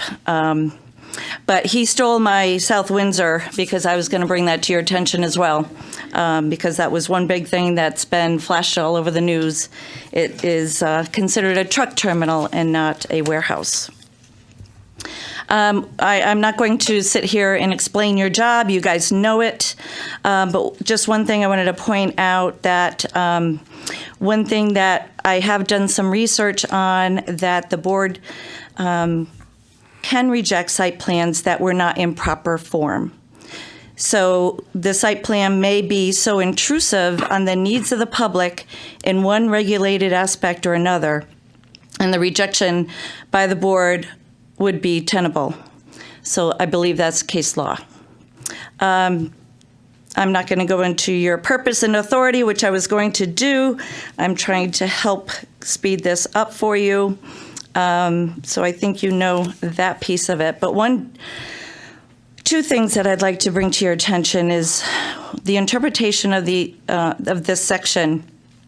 When the applicant refers to meeting the minimum requirements, when you read that section, I think missing is the most part of that important part of that section of the applicant's statement, when the requirement is to ensure to promote public health, safety, comfort, and general welfare. So I think some of the paraphrasing that has been done has been to their benefit. I'm not going to go through that. Just trying to move things along for you again. Under section 7.10.4, this is the big thing that I want to bring to your attention, is vibrations. So this section states some construction vibrations are allowed during construction. We understand that. But after construction, no vibrations are allowed. So I did some additional research on this. And the tires of a tractor trailer create local points of high pressure on the ground that move up and down the road as it travels. The engine vibrations travel into the ground through the tires. This vibration focuses on the road and underneath, as well as to the sides of the roads. This vibration is similar and can extend based on soil composition, soil layers, and water tables. Water tables can extend the vibration into different areas. So with all of this, when I did some research on this, many areas are saying that the vibrations have caused cracks in their foundation, cracks in their ceilings, cracks on their walls. And how do we... with that amount of trucks, that amount of volume, you have a bump in the road on, say, Shaker Road or anywhere. That vibration, as my understanding is tenfold. So if you have a bump in the road, when a big tractor trailer comes down, it vibrates. The tractor trailers that come down Cottage Road, it vibrates my entire house. So you can feel the shaking. So the vibration should not be approvable, so therefore this application should not be approved. On top of that, if this commission says that I'm going to approve this application, I strongly, strongly, strongly suggest, as I said before, that a bond be required from Winstanley. They have a right to build on their land. We also have a right to live in our houses without fear of having our walls destroyed, our foundations destroyed. But the bond should be large enough to support all the abutters that this is going to affect. Thank you very much for listening. Yeah, thank you. And thank you for... I tried to speed it up for you. Thank you so much. Do appreciate that. Angela Foss? We'd like to come up together if it's okay, because I'm the next one on the list. Is that okay? She'll speak first. Yeah. She'll speak first. Yeah, we did that last time. Yeah, same thing. Sorry, I couldn't hear you. So sorry you're sick. I've been through that myself just recently, as you can hear by my voice. Good evening, Commissioners. I'm Angela Foss from 16 Crescent Beach Drive, and I've just asked that you do the right thing for the residents of the town and vote no, vote tonight, vote no on this. I was going to talk about the South Windsor project as well, but instead I brought my Swiss cheese, and I just want this to be a visual. All the holes in this Swiss cheese are the holes that we as the residents of Enfield see in this project. I also wanted to remind you that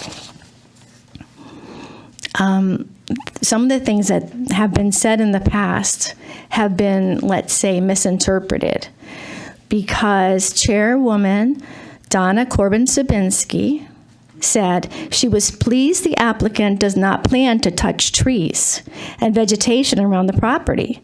She said that with a 182-acre parcel containing about 1/3 of an acre of wetlands, the developer's plans will have a minimal impact, and that she also said that the project as currently proposed would include 450 parking spaces, but if Win Stanley asks the Planning and Zoning Commission to approve an increase in that number, it must return to the Inland Wetlands and Watercourses Agency so members can again review any impacts to the wetlands. And here are the trees, as I had mentioned last time. I don't know if where the camera is. Here's all the trees on that bottom part that they showed in red very clearly on the map behind you that they are removing. And yet there was some misunderstanding that they thought there was not going to be any disturbance. Thank you very much.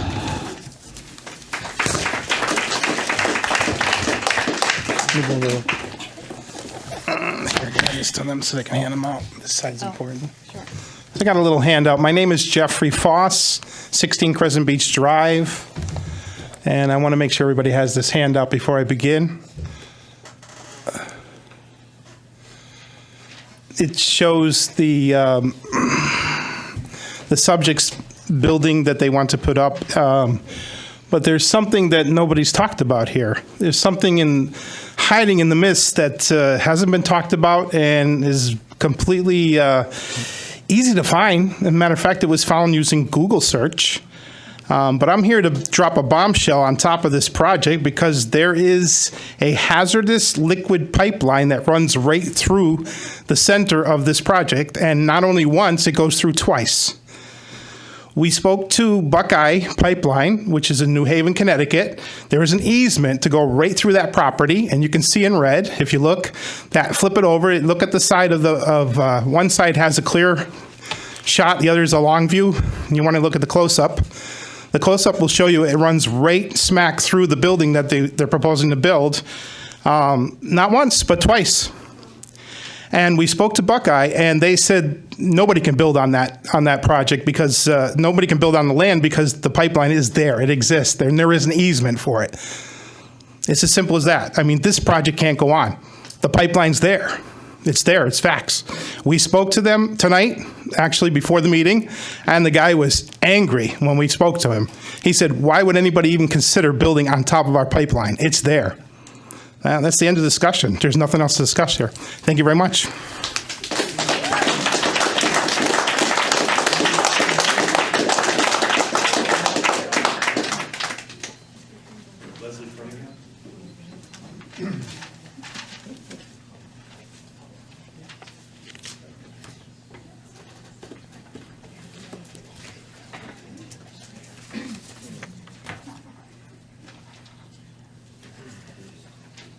Good evening. I'm Leslie Cunningham, president of the Shaker Pines Lake Association and Enfield resident. I'm coming here tonight to support the continued availability of the emergency access route. It's the access route from Cottage Road onto the Winstanley Road. The last meeting, I heard people in all states of confusion about that access road, and it concerned me because it's an important road that we've used over time. And it seems apparent that Winstanley wants to extend that courtesy in the future. We've used it most notably the storm in 2011.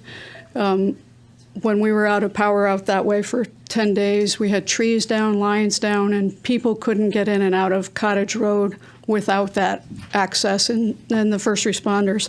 So I wanted to just be clear with our residents that that's a road that we need. It's not, I heard somebody suggest that it should be gotten rid of, one of the neighbors, and I'm here to strongly advocate for it to be left in the plan. I'm sure it will be. Excuse me. I was going to talk about the easement that somebody had suggested was there, but that's been discussed already. One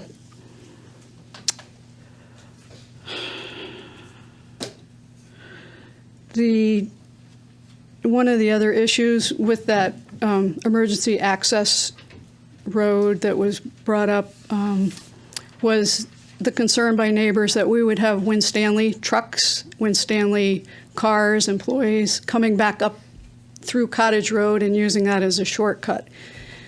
It's clear from the design plans that there'll be a gate at the end of Cottage Road, and there'll also be another gate on the Win Stanley Road driveway, which would prevent any kind of truck or car coming into Cottage Road, and it would.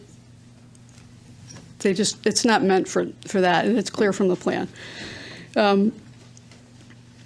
I have worked with Val. We have had some truck issues coming into the Cottage Road area, mistakenly thinking they're on Bacon Road, and it has been a problem. Win Stanley doesn't want that. They've worked hard to try to figure out why that's happening. We've been back and forth since September and made some good progress on that. I've found that they are helpful. They want to work with us on those kind of issues. It turned out that it seemed to be a problem with GPS, and Val has been in touch with all the major GPS companies, trying to get a glitch taken care of in their software.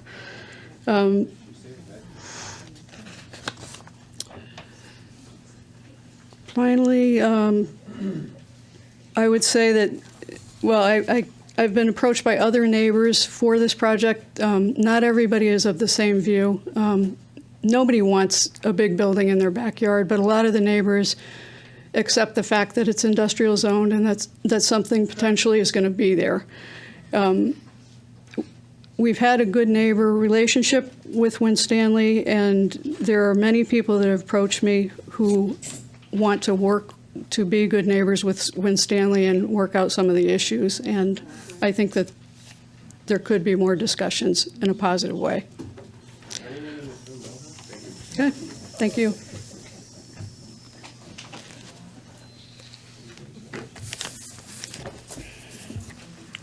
Jerry Callen?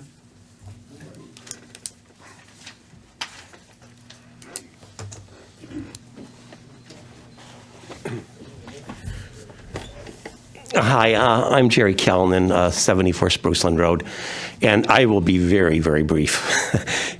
Mine is more of a question than a concern. It relates to the visual and noise barrier that was referred to earlier tonight. And my concern is its extent. I mean, we know that the berm is not planned to parallel Spruceland Road all the way to the end, and I'm wondering if the same is also true of the barrier. I live at the end of Spruceland, and I'm concerned that if the barrier ends midway down Spruceland Road, I'm not going to, and my neighbors are not going to be able to benefit from the barrier's protection against noise pollution. So I just would appreciate it if that issue were resolved. Thank you. No problem. We'll make sure we ask that question.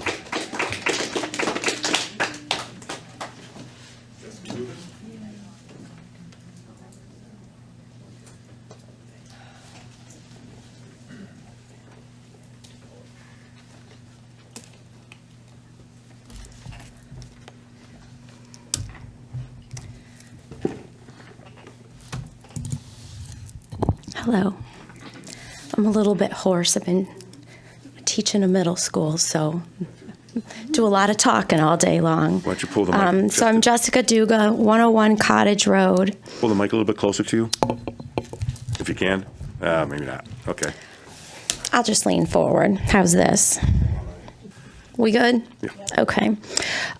So I came here tonight knowing that I needed to speak my mind. I spoke to you last time. I didn't want to repeat myself. So what I did was I just listened to what everybody had to say, and I have some thoughts about some of that. The Winstanley traffic specialist stated that the proposed development is a major traffic generator. So I have that in quotations. Their lawyer, in his admonitory address to you, stated that you need to stay in your jurisdiction, that's another quote, and not think that you're a mini EPA. My neighborhood is directly adjacent to this proposed development, so we are your jurisdiction. In section 7.10.2 of your Code of Ordinances, as you know, it states no offensive odors or noxious, toxic, or corrosive fumes or gases shall be emitted into the air. It seems like that's going to be difficult with a major traffic generator. In 7.10.1, it states, no dust, dirt, fly ash, and smoke shall be emitted into the air so as to endanger the public health and safety, to impair the value and enjoyment of other property, to constitute a critical source of air pollution, or to create a nuisance. It seems to me that a major traffic generator, such as what this proposal is going to fly directly in the face of both of those ordinances. So this major traffic generator in your jurisdiction will directly and certainly cause negative impacts that are addressed in these codes. And as you know, we would like you to ensure that that doesn't happen. And so I request that you either deny this proposal or demand extensive changes be made to it that protect the people that you are looking out for, the people in your jurisdiction, the people of Enfield. Thank you.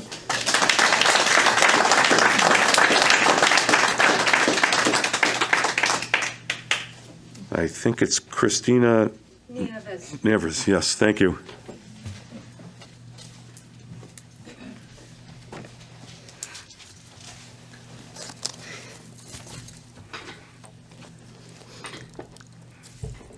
Thank you.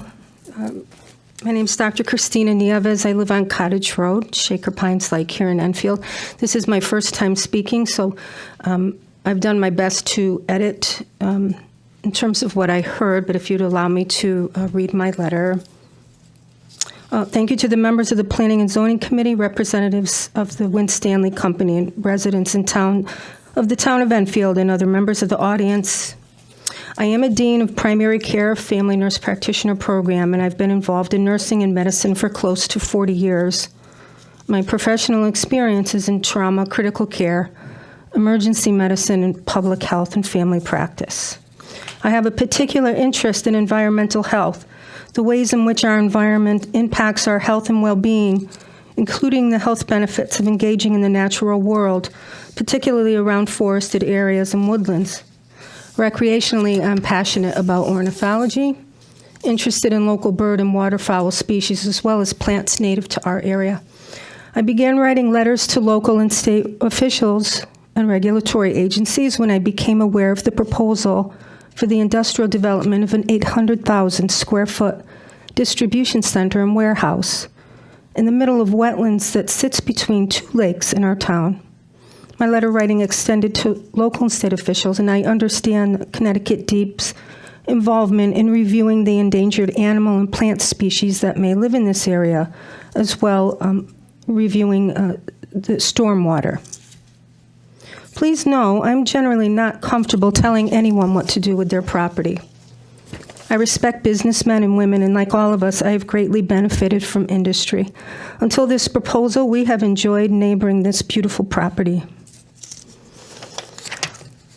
However, I do believe that this has potential to significantly and negatively impact our water courses, both Shaker Pines and Crescent Lake, where many of us here live, underground waterways, the soils, native plants, last but certainly not least, the wonderful variety of animal species whose habitat may be decimated.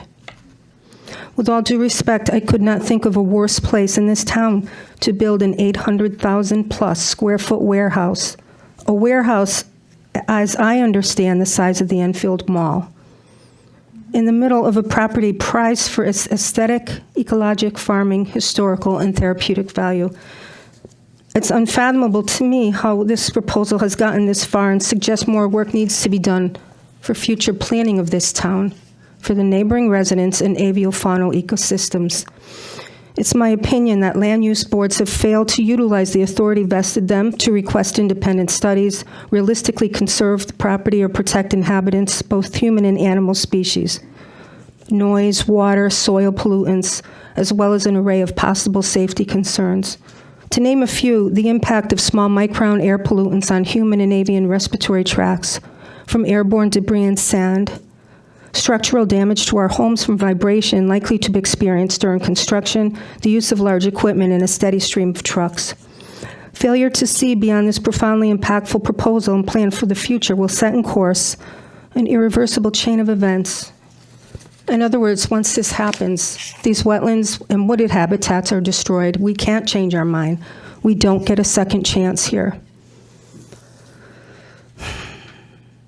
Today, more than 25% of all wetland plants and animals are at risk of extinction, and those wetlands which remain are under constant threat from water damage, pollution, unsustainable use, disrupted water flow, soil erosion, sediment dumping.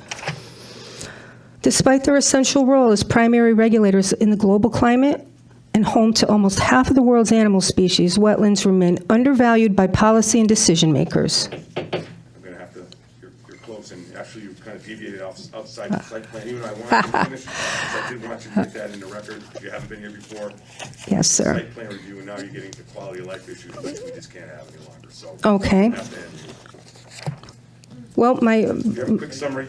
yes, I guess I'd summarize. I would just like to emphasize again about which was brought up today, about the vibration and the possible effects to our homes. These homes are historic treasures, many of them built more than 100 years ago, and I think specific consideration needs to be made in that point. And I just hope that you all take into consideration some of these aspects of this proposal. Thank you very much. Thank you.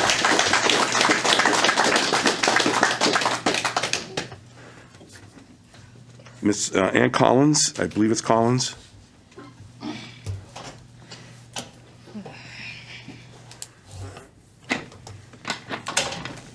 Hello. Good evening. I haven't spoken at all. Your name and address, please, Ann. Ann Collins, 158 Cottage Road. Thank you. I haven't wanted to speak at all during the last 2 months about my own observations in this area. I've lived here for about 4 years and have been watching the fields, looking at the drainage, looking at our flood control problems. Driving through it. I was looking through our last 3 Capital Region National Natural Hazards Mitigation Plan updates. There's over 27 years of our trying to get a balance between conservation and development. Little grants to fix a bridge, little grants to conserve wetlands. Are you familiar with this? I think we have another one coming up, the POCD. How will we balance having large construction projects like this with protecting the floodplain and keeping equal acreage for the wetlands? Again, Ms. Collins, that's not part of the site plan. That would have been wonderful in front of wetlands, but I'm sorry. I'm talking about the POCD. Again, we're not talking about the POCD tonight. It's about the site plan for the Win Stanley project, so I have to get you back on track. Do you have any specific? How will we balance? I think that's a good question you can bring up to the staff. We can talk about it at the POCD meeting, which I certainly am more than glad to talk with you about that, but that's not for tonight's hearing. Okay. Sorry. Not that it's not important. but not for tonight's hearing. So my suggestion would be that the land for sale on Bacon Road 38 to 40, which is over 16 acres, could balance the land usage at 35. Thank That you. would be our conservation and development balance. I have a few other things, too, that have been bothering me. The Buckeye easement that does exist out in the field, why is it now on the site plans as being relocated over to the Cottage Road border? It's in can you find that? On today's master schedule, the first item, if you look at page 3 of that, the Buckeye easement is now 50 feet wide and located by the back of the Cottage Road houses. Is that a ruse? This is not an answer question, period. Does that mean that since the easement is relocated, that we can expect sometime in the near future for that LP gas line to have to be redug 100 feet from the houses on Cottage Road? It enters at Bacon Road right by the entrance, and if it is actually relocated to there, will there be construction to put in a new LP gas line to get the Buckeye easement back up to East Long Meadow to its terminal? We don't know. I'll reserve my additional comments since we don't want to discuss that equal trade between what's going on here with acquiring some conservation land in the triangle between Shaker Road, North Maple, and Bacon to mitigate the runoff that has to come off that site one way or the other through the swales. I'm concerned about the easement. I'm concerned about the potential sale of 38 to 40 Bacon Road to another industrial park. Somewhere in your planning and zoning regulations, it points out that for every piece of land that goes into concrete and buildings, you should create the same amount of conserved area on the floodplain. I can't remember where it is. You're familiar with it. I read through the section 42 on flooding. And I guess the last thing I would mention is that as a geologist, I don't think we can accurately predict what the 50 and 100-year flood will be like. We can model it and say that the 25-year flood is going to be 6.24 inches over an even amount of time through 24 hours, and that the 100-year flood will be approximately 8.05 inches, but the actual range is much larger. And how do we know when we use statistical methods of a hydrocat analysis of how much rain has to occur in those floods? Will it be able to effectively get off of this facility through the drainage swales down the side, through the very small containment ponds that couldn't possibly handle 12 inches of rain?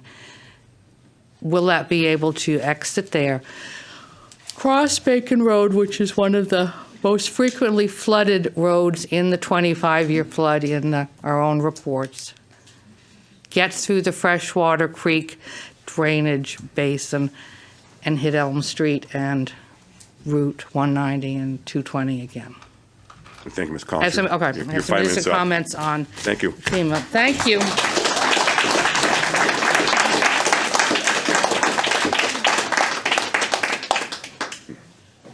Sue Muldoon, I believe it's Muldoon? I'm going to decline because my information is not new. Okay, thank you. Thank you so much. Thank you. Linda Osthoff? And I'm sorry. It's a hard name. I know, I apologize, and I'm having a tough time, tonight, so. That's all right. Everybody has a tough time with that name. It's Ostapov. Oh, thank you. You're welcome. Linda Ostapov of 109 Cottage Road. We've heard many comments regarding the status of this project as a site plan review, which seem to indicate that there is no choice on the part of Planning and Zoning Commission other than to approve this application. However, Connecticut state law clearly provides for the Planning and Zoning Commission to modify or deny the site plan in CGA Section 8-3, G1. A site plan may be modified or denied only if it fails to comply with the requirements already set forth in the zoning or inland wetlands regulations. So clearly, the essential question is whether the site plan does in fact comply with all of the Town of Enfield and State of Connecticut regulations.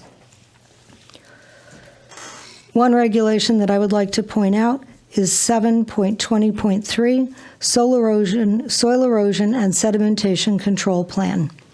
To be eligible for certification, a soil erosion and sediment control plan shall contain proper provisions to adequately control accelerated erosion and sedimentation and reduce the danger from stormwater runoff on a proposed site based on the best available technology. I'm just going to point that out again, based on the best available technology. It doesn't say based on not meeting guidelines because they're not regulations, or based on doing the minimum that we can do. Our own regulations say based on the best available technology. Such principles, methods, and practices necessary for certification are found in the Connecticut Guidelines for Soil Erosion and Sediment Control. I've heard comments that these are guidelines and not regulations, but they are clearly part of our regulations, our zoning regulations in Enfield.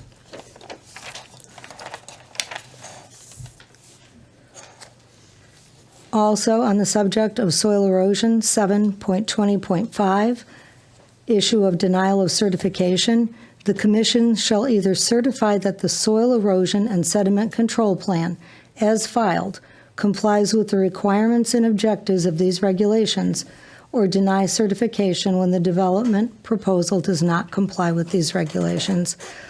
Our expert tonight on the intervener position has included 9 pages of evidence, including 33 points and 6 diagrams regarding stormwater management and 14 points regarding erosion,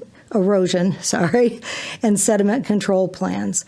He also, in his original submission on February 9th, included a 27-page CV, which documents his national and international experience.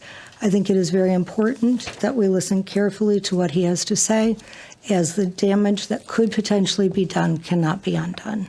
Thank you very much. Thank you.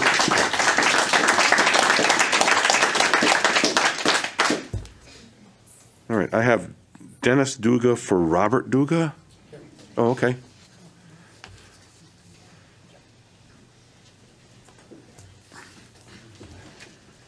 So, Mr. Duga, I take it you're speaking on behalf of someone else, or? Yes, my parents, Robert and Darlene Duga, 44 Cottage Road.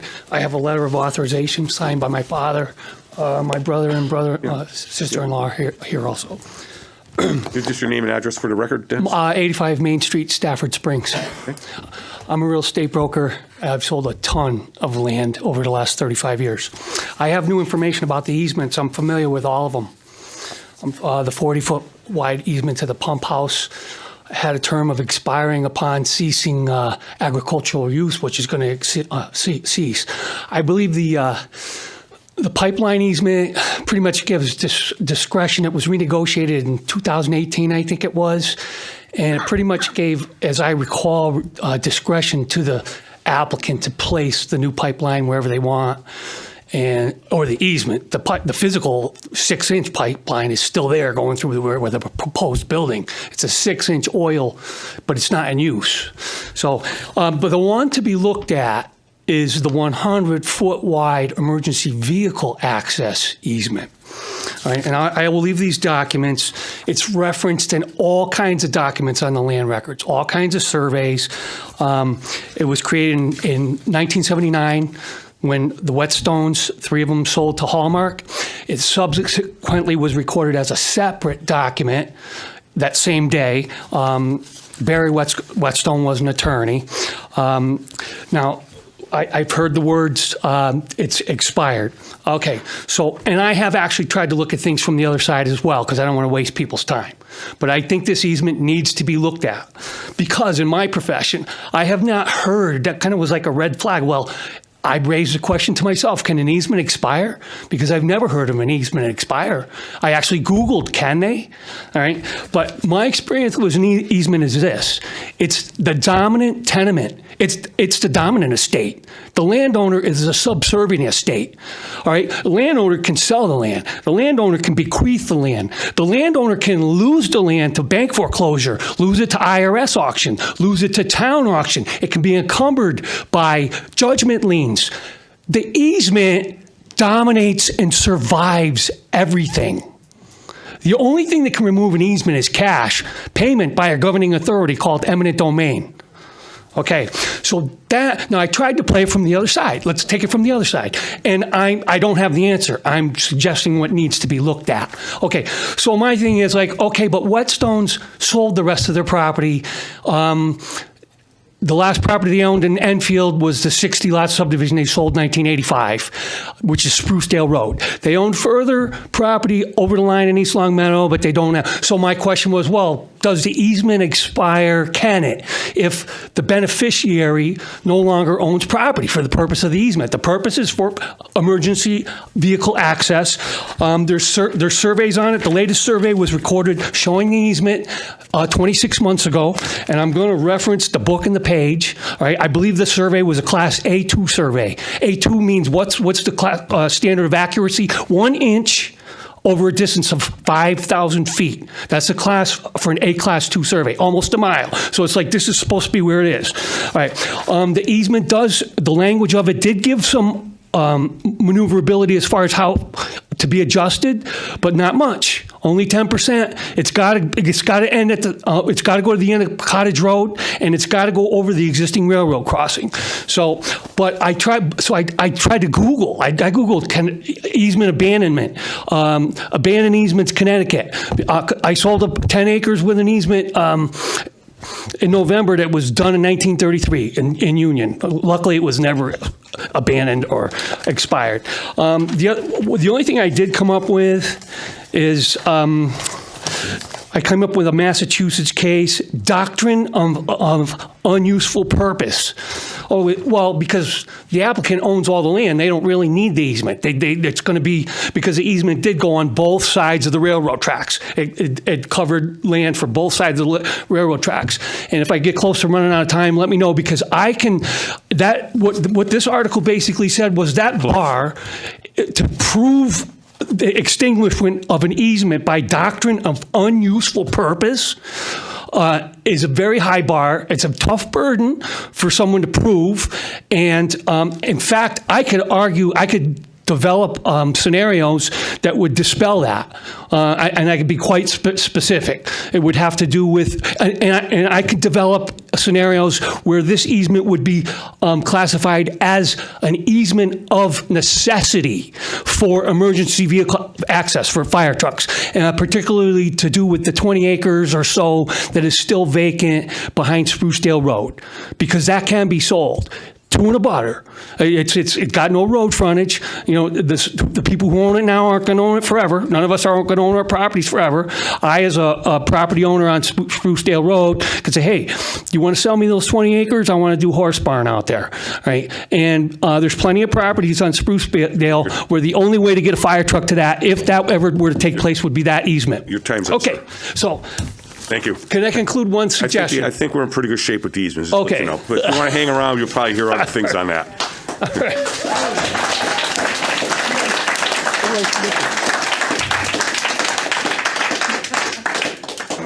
It must be Sherry Jackson. Is it Sherry? Yes. Yep. Thank you, Mr. Duga.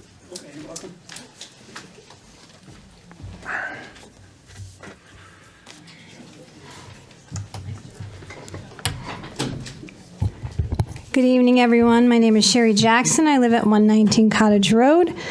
According to common law, various state laws and court decisions, adjoining landowners are expected to use their property reasonably without unduly interfering with the rights of the owners of contiguous land.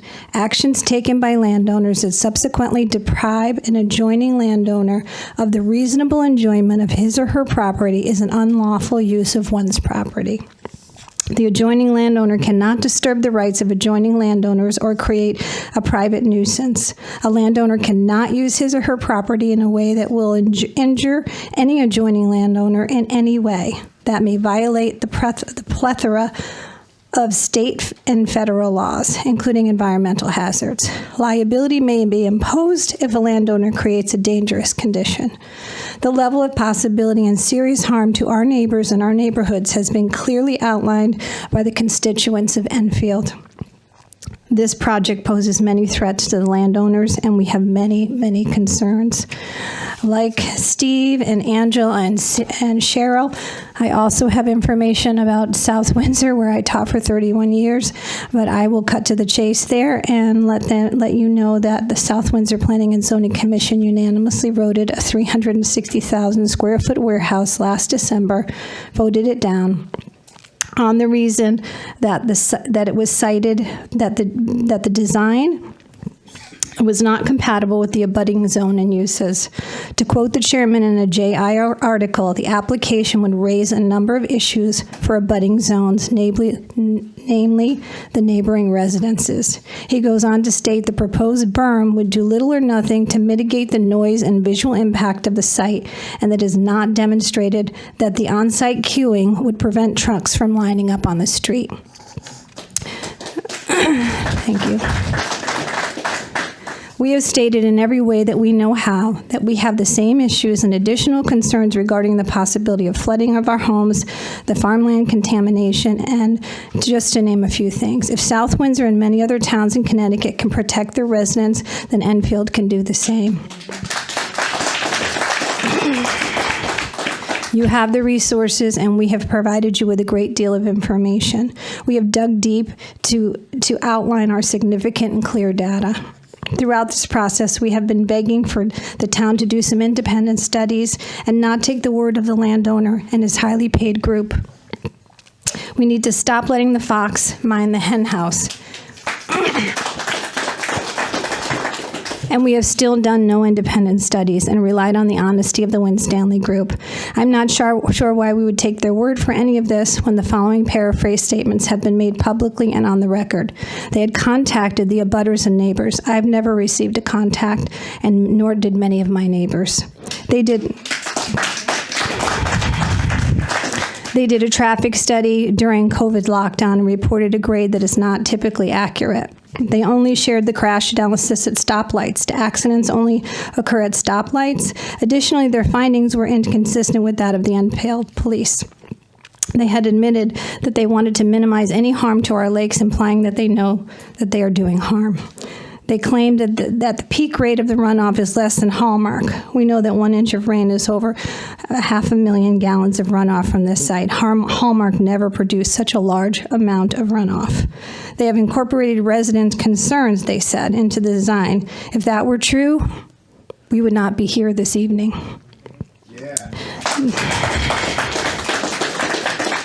They said last time that they had 3 tenants, after we've been told numerous times they have 2 tenants. They have not named the tenants, again leaving you blind. What if this was a warehouse of explosives? What if this was a warehouse of propane tanks? Those are important things for you to know. The type of trees that they're choosing will take years to be effective, and they claim that they have done their due diligence and imply that there is a thick, lush barrier. That is not the case. The buffer on the North Maple side consists of a few scrubby trees. Is that due diligence? What kind of winter buffer will we get from these deciduous trees? They are not responsible for any issues caused by this project. I beg to differ with them on that one because we will be watching. The claim that they are trying to be good neighbors, how do you think we feel about that statement? So if you doubt the things that were said, watch the numerous meetings and you will hear for yourself. If they operate like this, why would we take their studies and not do our own? The fox needs to be removed from the hen house. We have done our best to make you aware of the concerns of the abutting neighbors, and we beg you to do all that you can to protect our health, our home, our lakes, our trees, our roadways, and all of the natural inhabitants of this area. If the Fox's calculations are incorrect, we will all have disastrous consequences, some that we will not be able to undo. I have already heard many of the good, caring people of Enfield talking about relocating to other towns where there is greater care taken. I have one more line. This has already begun in the Misty Meadow area. They have driven good people out of the town and allowed a cement monstrosity to take their place. Is this really what we want for Enfield? Thank you very much for your time.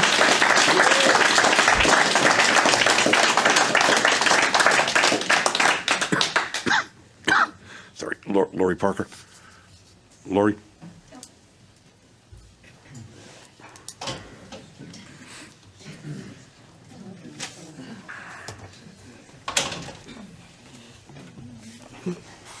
Hello, Lori Parker, 105 Cottage Road. I'd like to start with the traffic. I reviewed the revised report and noticed we are still looking at the 2020 movement counts, but the crash analysis was updated to 2017-2021 data.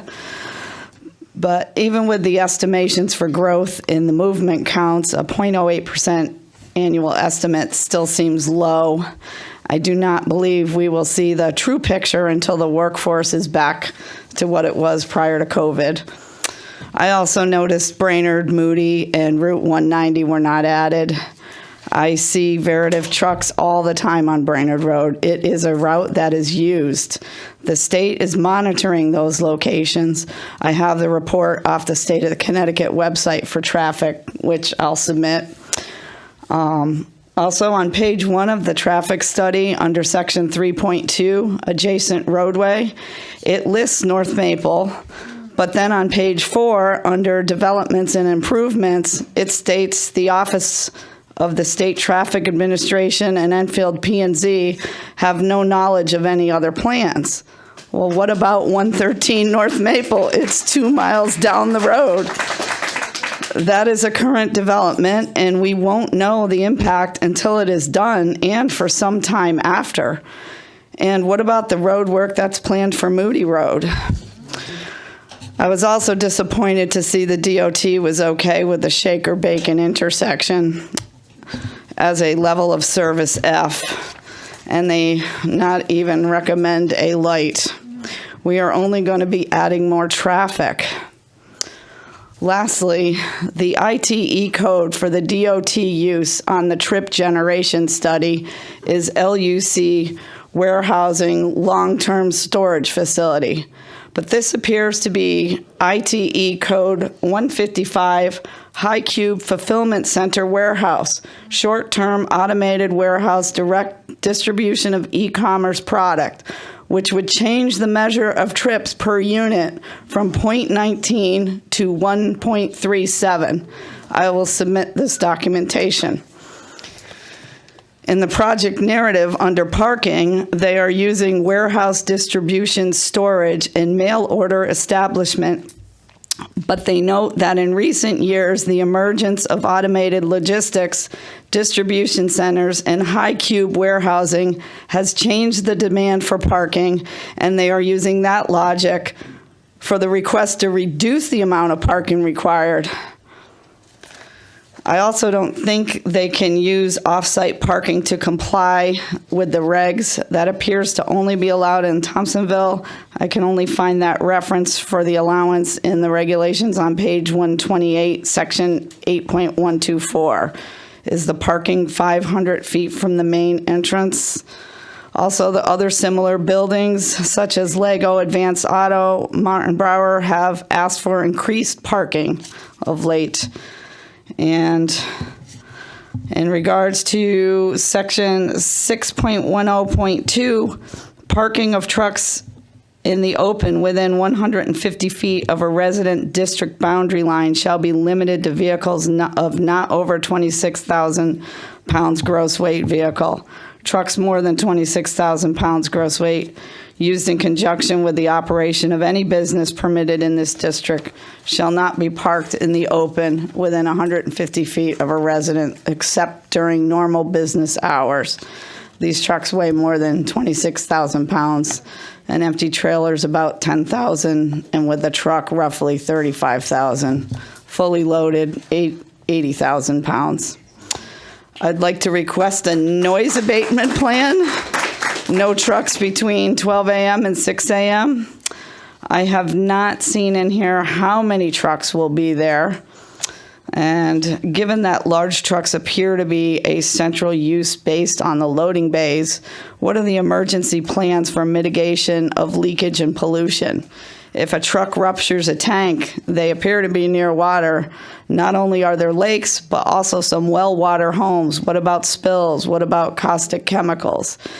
There are residents with wells, and it was brought to my attention at the last meeting that residents on Shady Oak Drive, Davis Ave, and Oakmont are all on wells and are not serviced by public water.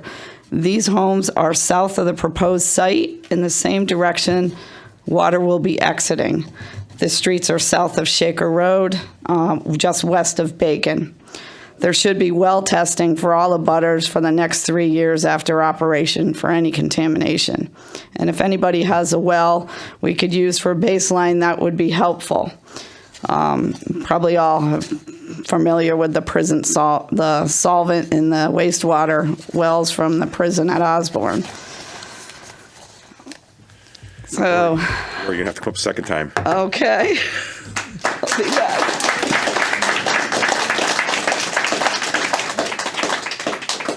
Probably going to butcher this. Demetria Parsons? You okay? Is it okay if we come up together? She's a little nervous. I'm just gonna. Yeah, we did it for the other couple. We can I'm next. do it for you. Mike Parsons, 2 Lake Drive. Demetria Parsons, 2 Lake Drive. So I spoke last meeting, so I won't get into any of that. And obviously the health effects. Yeah, I do have asthma, and I am concerned heavily about the exhaust from the trucks. She has a seizure disorder. And Epilepsy. she's also, we both are heavily concerned about the noise created, lack of sleep, which could affect her disorders, the light pollution coming in because our window's right there. We are also a house on Crescent Lake, where the last one, and I didn't know any of this when we bought the house, that has a well, which is a shallow well directly behind our house. And we've also found out in the course of owning our home that due to the wetlands, The whole yard floods. our entire yard turns into a swamp. We have to spray. It was quite the battle last year with mosquitoes. But we're very concerned about, they fill that in because you can physically see the water start to drain from our yard towards that area. They fill that in, they're gonna put a wall in, they're gonna do all this. Where's that water now gonna go? And my house is also on I have a slab on one side and a crawl space on the main portion of the house. It's an open crawl space. That water gonna now flow back towards my house, and the added water that's gonna come from this project flow towards my house as well and into my underneath it. Because I heard last meeting that they're not gonna take responsibility for any potential damage to the homeowners, and it's just a disaster. We bought our house thinking we were moving to a great community, and now all of this, what's next? And I heard at the last meeting, and this is relevant. I heard at the last meeting that they were saying that there's they worded it in the sense that they may or may not have to do blasting. Well, I've also worked for a blasting company. I did blasting for a living. I'm currently in the union, and I'm licensed in Massachusetts and the state of Connecticut as an asbestos supervisor and competent person. I know firsthand about a project that took place with the building of a Walmart facility and a strip mall that I can't disclose. It's public knowledge. You can look it up, but due to my job, I don't really want to. But when it came, and I knew about the project after the zoning had already gone through. When it came time, the developer kind of hid certain information. This after they started the project, and the developer said they didn't think they were going to need to blast. They discovered, because obviously asbestos is a naturally occurring rock, basically. They discovered asbestos while they were drilling the holes for blasting for the foundation of this Walmart. And it was also within 100, I think it was 100 to 150 feet from a residential community. Now, they were out there protesting, and we had to tell them, like, listen, Chairman, this has we're, nothing to do with the it absolutely does. Yes, it does. Then once you get to the, just Yeah, get to the point. I apologize. But we had, No, but Please. actually, he's right. Stop. He's right. That was a point of order that was a point of order. We will have calm here, or we will take a recess, and that'll be it. Last time I checked, we're not in court, and there's no objections. May I continue? To the point, quickly, please. Yeah, so what happened was, the project obviously was already approved, it already went through. The litigation that took effect from the neighbors, this is multi-million-dollar settlement here, but the asbestos, when the rock blasting took course, is obviously blown into the air. Now, what do they do with the asbestos waste? Because you can't just take asbestos to the landfill. They had to, once you tag asbestos, it's the owners. So they buried it on site. You have the point. Yeah, well, let me, please, if I just may Times you have. finish this. 1 minute. Very quick, thank you, sir. 1 minute. They wound up having, due to legal course, have to dig a big pit, basically, line it, and bury it underneath the parking lot of this Walmart parking lot, 100 feet. So if you look it up, there's an asbestos containment 100 to 150 feet from a residential neighborhood that was never supposed to be there in the site plan.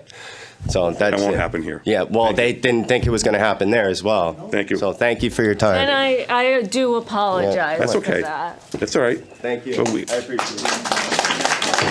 But I'm going to tell you, if we have any more outbursts, we will adjourn.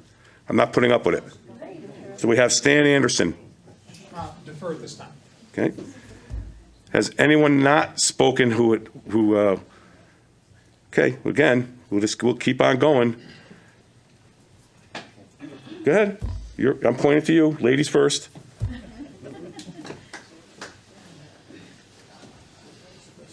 Damn right.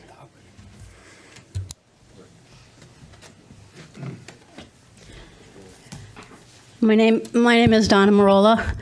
My husband and I reside at 76 Spruce Land Road.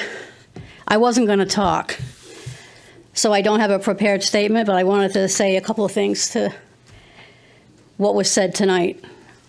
In addition to South Windsor, the town of Southwick, Massachusetts, also turned down a Carvana proposal because the residents did not want Carvana in Southwick. I listened to the engineers, the acoustical engineer, and the civil traffic engineer, and correct me if I'm wrong, but it seems like these guys just punch numbers into a computer program and come up with, the stats that they're giving us. I invite any of them to, come to town, try and cross the street, try and cross North Main. And also, I didn't see anybody come to my house to walk out my back gate. I was expecting at least one person to come and walk out my back gate. The Department of the State of Connecticut Department of Transportation doesn't want to see any lights at intersections. Who was coming to the intersections and looking and seeing what goes on there? You got somebody, I don't know, are they in Hartford? Yeah, we don't want any lights. Well, you know what? We need a light. We need a light there now.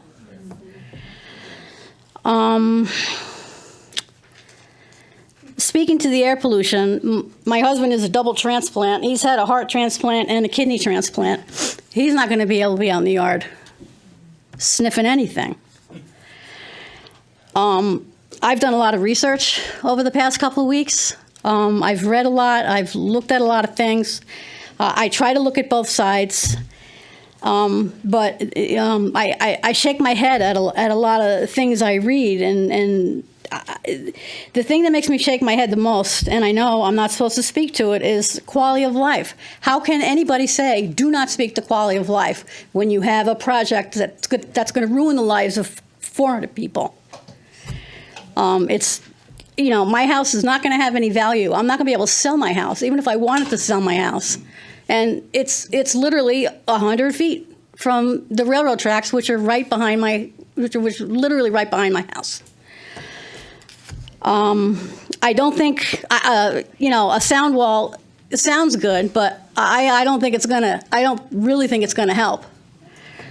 And I'm sick about all the trees that are coming out in that big red patch on that picture that they showed. Those trees, that's a mature forest there. Just because it fits and it meets the regulations doesn't mean it's right. And then I was glad that Val said that Enfield's a farming town. Now, why is Winstanley trying to make it not a farming town? And it hasn't been a farming town in a long time. And every time I drive through town, it just makes me sad to see that everywhere you look, there's something being built. And there's, you know, forest is disappearing, farmland is disappearing. It's just not right. Thank you. Thank you.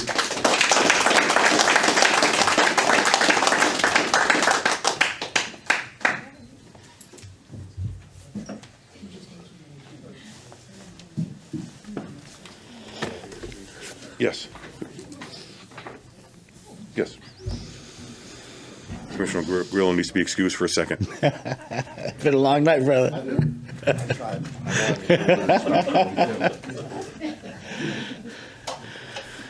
Would you like me to wait, or? No, I don't think so.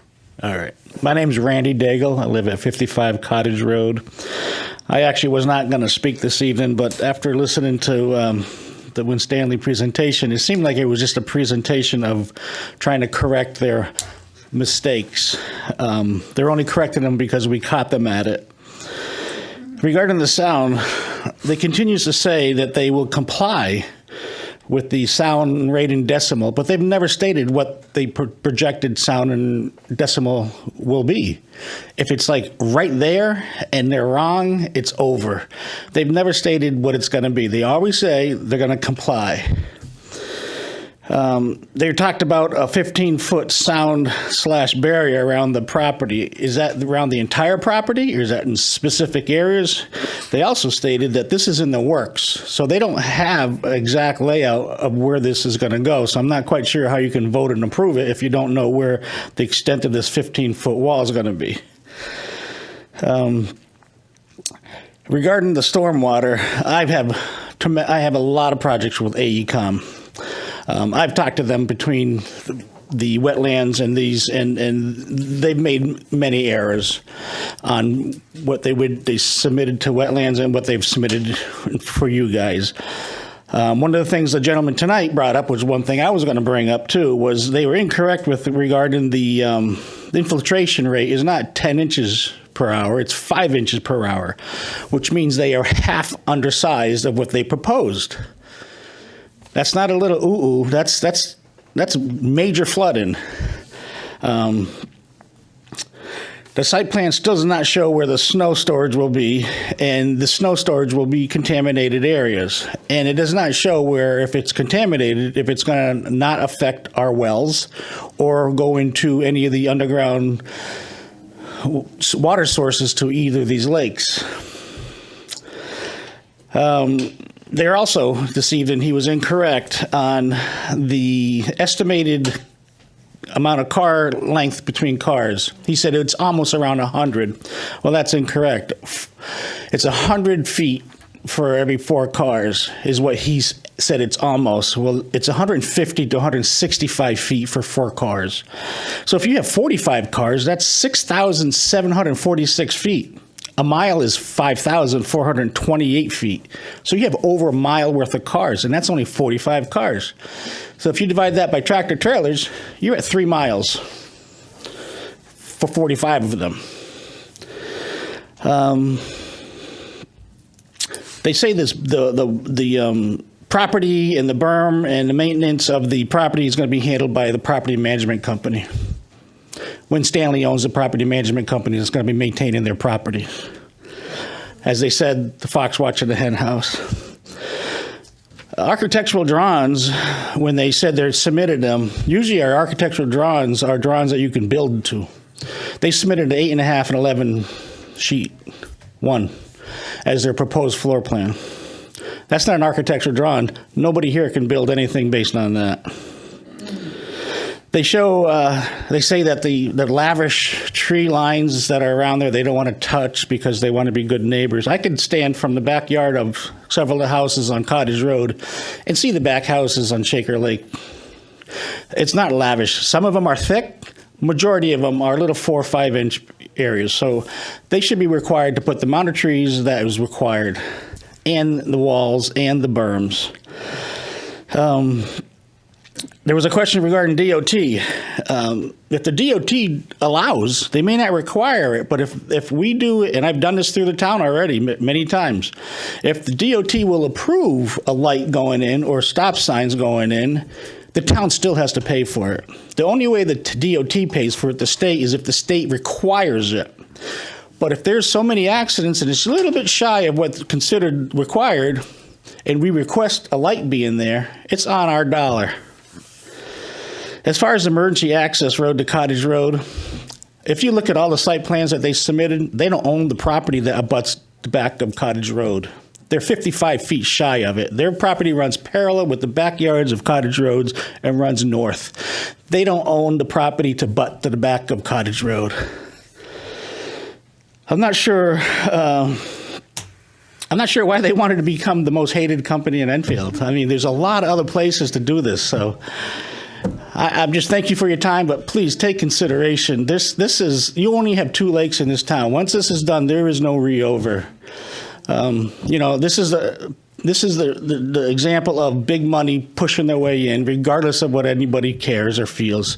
I would not want to have my name associated on this if this passes. So, thank you all very much.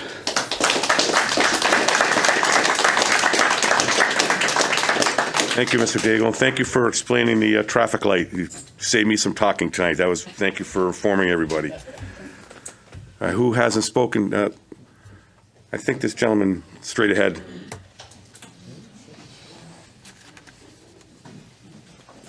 And also, it was nice to hear Shaker Lake instead of Shaker Pond. I don't consider it a pond. I don't know about you.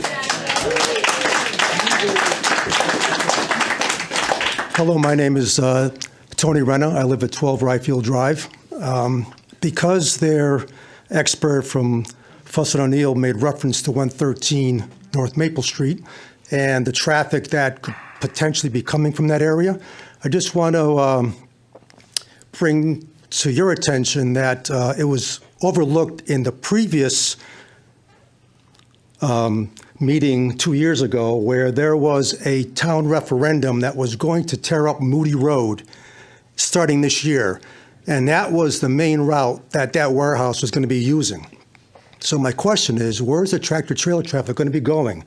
Did the town planner kind of forget about that? Because apparently the planning and zoning folks, someone on this board, and I know that not all of you were there at that time, said that there was no road work that was going to be happening. But apparently there was. So that's one thing that I want to bring to your attention.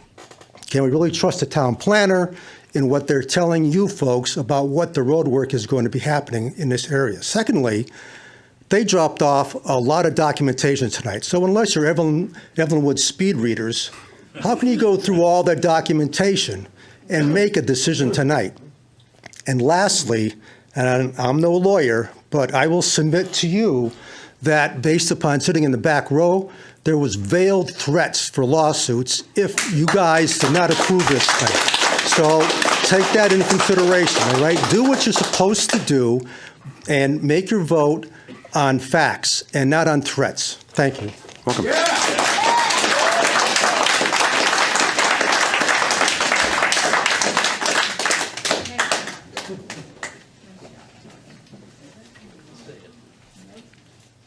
And you're Mr. Hanley, correct? Yes, sir.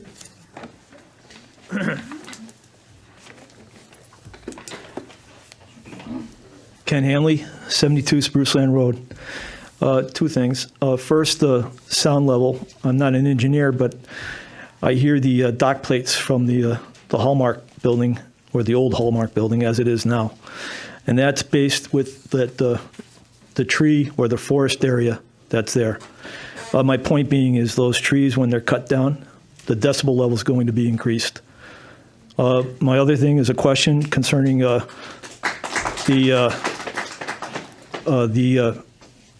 building itself. What kind of dock plates are they putting in? Are they manual dock plates? Are they hydraulic dock plates? The question for that is, and the reason for that is because that will be considerable amount of noise level generated by those plates on the back end of the trucks. And I'm in a butter, and you can't get any closer to this warehouse than where I'm at. And there is no buffer zone, but I will give credit where credit is due. The wall is a good start. Thank you. What kind of dock plates?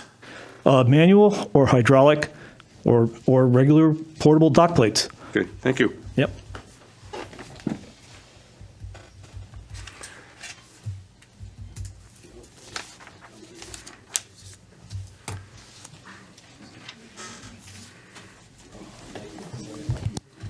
Nick Hopkins, resident of 2 Varno Lane.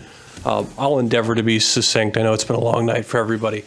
I wasn't originally planning to speak, but I think 2 points really deserve emphasis here. Point 1, I believe it is appropriate for you to consider Connecticut General Statutes Section 8-3. It is a section of Connecticut General Statutes which sets out rules for site plans for when zoning commissions rule on those site plans. In particular, subsection, 3, G1 deals with a couple things that I think are important here. One, it sets out a duty for you to give due consideration to the report and finding of the Inland Wetlands Board. It also sets out rules for when your decision on a site plan deviates from that decision. And lastly, but not exclusively, sets out rules for when you can modify site plans. And it says specifically the regulations of zoning planning and also regulations of inland wetlands. I didn't write the statute. I don't think it's an accident it's in there. Ultimately, it's not up to me. I'm just a member of the public, and frankly, it's not up to the applicant's attorney. You guys can seek an independent legal opinion to get an opinion on that.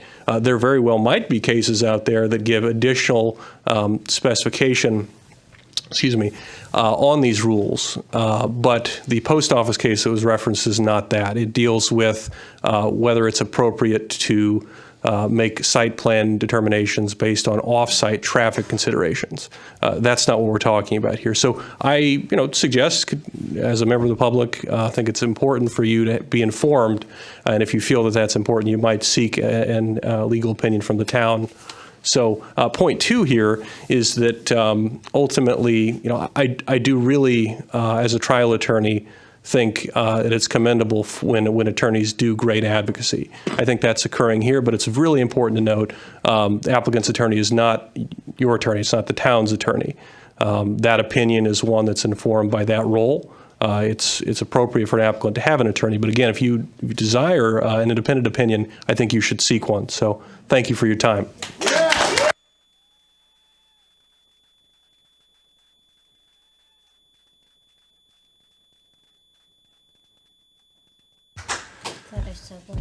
Okay, now, have we kind of exhausted public hearing now? Everyone's got a chance 2 or 3 times. I think we have a lot of things in the record. So really, okay. So please let's not be redundant about any information we've already heard. Well, I had to. Because I I'll. was called out. 5 minutes. I got my 5 minutes. Elizabeth Warner. Yep. 74 West Shore Drive. Good evening. I'd like to thank you in advance for your patience. I have some neurological issues from toxic exposures at work, so sometimes my speech doesn't keep up with my brain. But thanks to Mother Nature's healing pharmacy, I've been doing much better lately.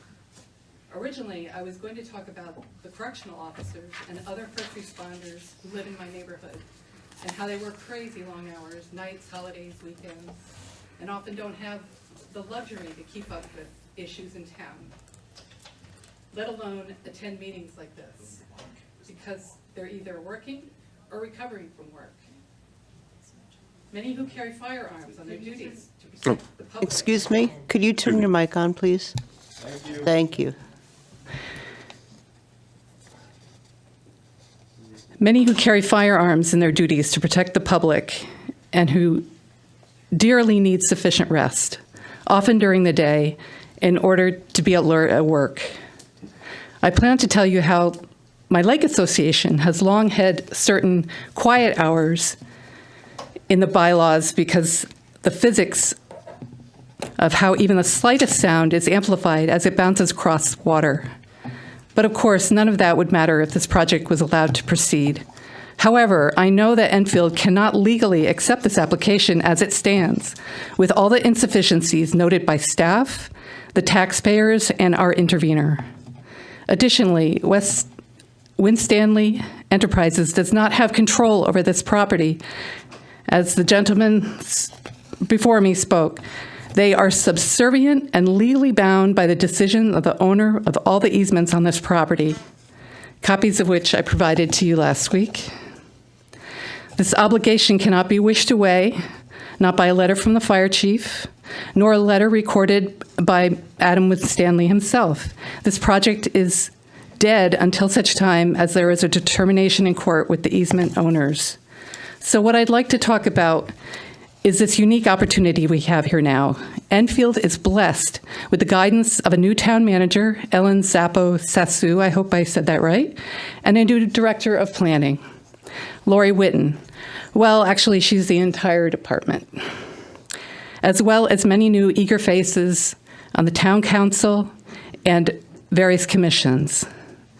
Enfield needs to seriously reconsider any and all plans made prior to COVID, as we are dealing with an entirely different environment now that is unlikely to change. Our strength as a community is self-sufficiency, but only if we plan for it. At this critical juncture, we can follow behind all the cookie-cutter towns that have been refurbished in the past. Ms. Warner, excuse me. We're here for a site plan review. I love your document. I wish you would come in front of the Plan of Conservation Development and read that to us. I definitely will. But you need to get down to the site plan, please. Well, this is relevant to all site plans that are coming up. And no, we're not talking about all site plans that are coming up. We're talking about this site plan. So I would appreciate it if you had get pursuant to this site plan. I love your document. Wonderful.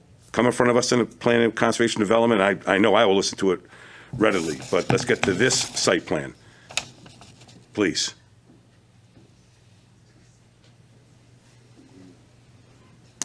I also want to mention that I heard about maybe a handful of notices went out. I was not one of the people that was considered an abutter, apparently. And we all kind of found out about it last minute.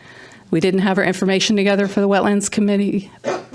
And if we had had that information, we would have been prepared, and this wouldn't even have gotten into your hands. And I'm sorry you have to deal with this now, but the evidence is here. This cannot go through. Thank you. Can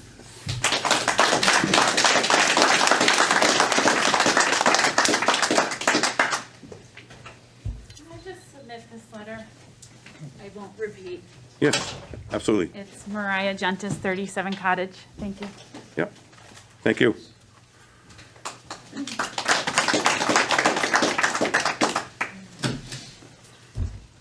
Okay, everybody got everything in for the record that they want to get in? Thank you. So I believe, that's right, Lori. That's right. You had to come, didn't finish. And I have other letters. Yep, come on up. Thank you for reminding me. I forgot. I apologize. I did cut you off before at the 5 minutes.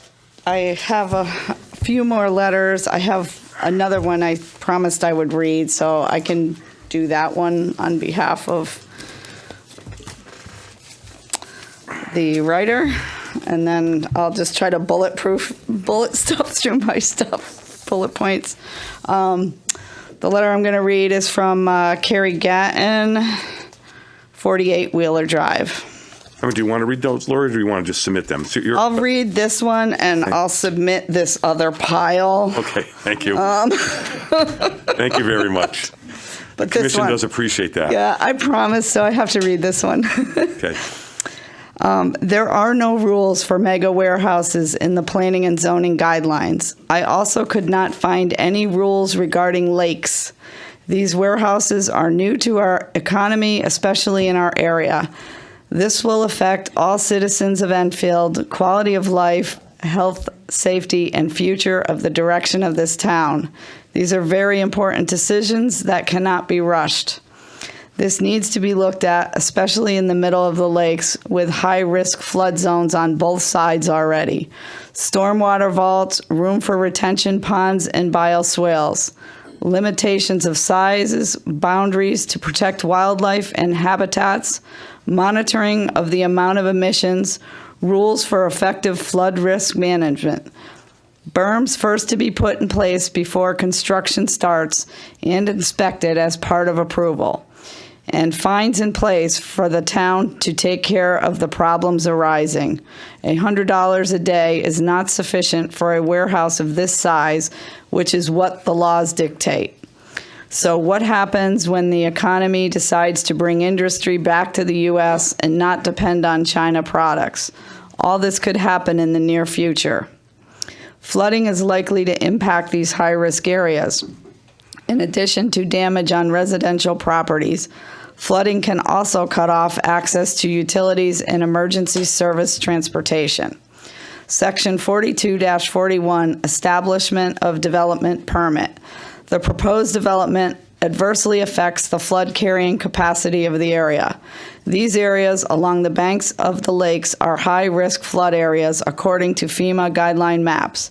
The regulations tell us that the development, when combined with all other existing and anticipated development, will not increase the water surface elevation of the base flood more than 1 foot at any point.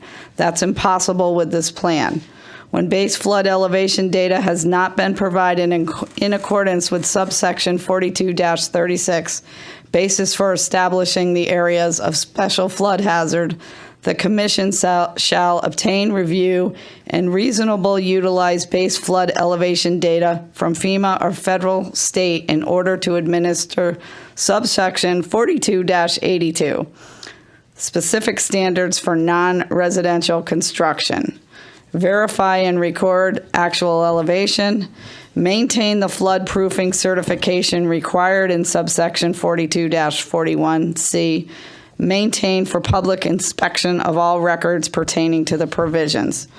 Regarding watercourse regulations, notify adjacent communities in the development of such environmental protection prior to any alterations of relocation of a watercourse and submit evidence of such notification to the Federal Insurance Administration. Require that maintenance is provided with the altered or relocated portion of said watercourse so that the flood carrying is not diminished. Interpretation of firm. This is wetland issue, Lori. I will. Which we'll take for the record, but I would appreciate Okay. if we ended that now. This is not the site plan. It's more wetland orientated. Okay, I will put that in there. Thank you. I have another letter. If letters were sent to the commissioners, did those already get posted on the website?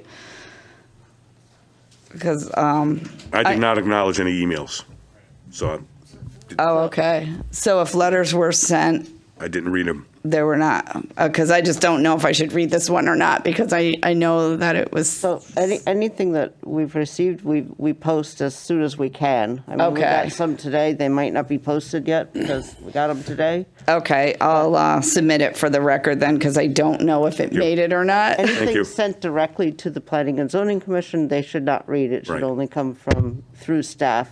Okay.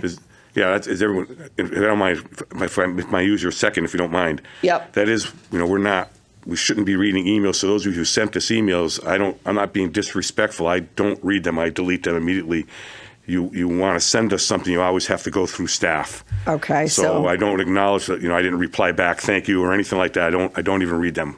do they go to the staff? Do they get in? Some kinds, they go to staff. I'm not sure who's on the mail list. Point of order, Mr. Chair, was same with me. I received a few myself. But we'll talk about this later, but go ahead. Okay, all right. I would just submit all those for the record. Okay, We will get so those. yeah, I'm concerned because I think people did send emails. I thought during the hearing they could send them for the record or for... They have to be sent to staff. To staff. Okay. Otherwise, it's ex parte communication, which is not proper. Right. Well, I was telling everyone to email Ben, but I know people were asking about emailing the commissioners, so I posted the list of all. And It's okay. It's all right. anybody listen, send it to Ben. All right.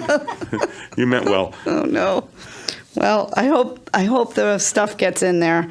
I'll just run through some quick bullets, and then I'll just add to the pile of my stuff that I was going to give you guys.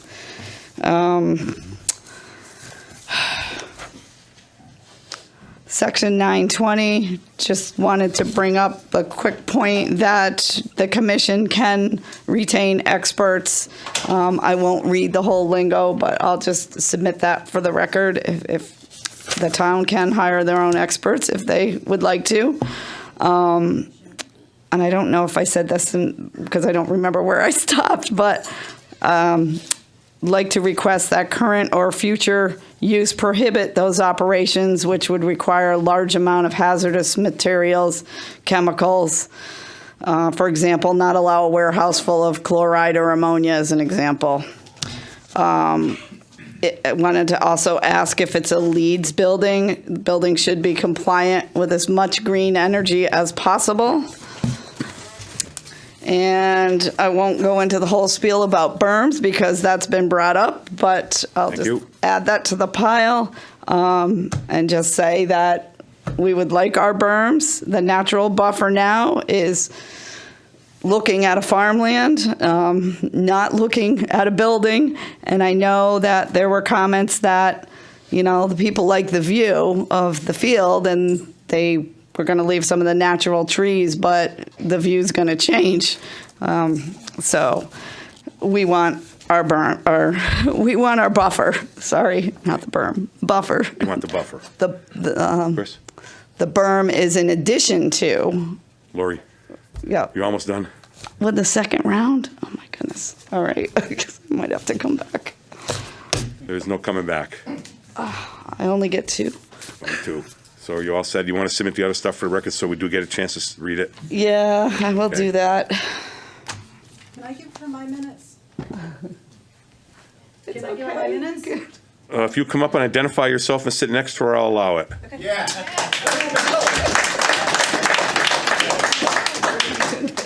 Allison Cushing, 184 Cottage Road.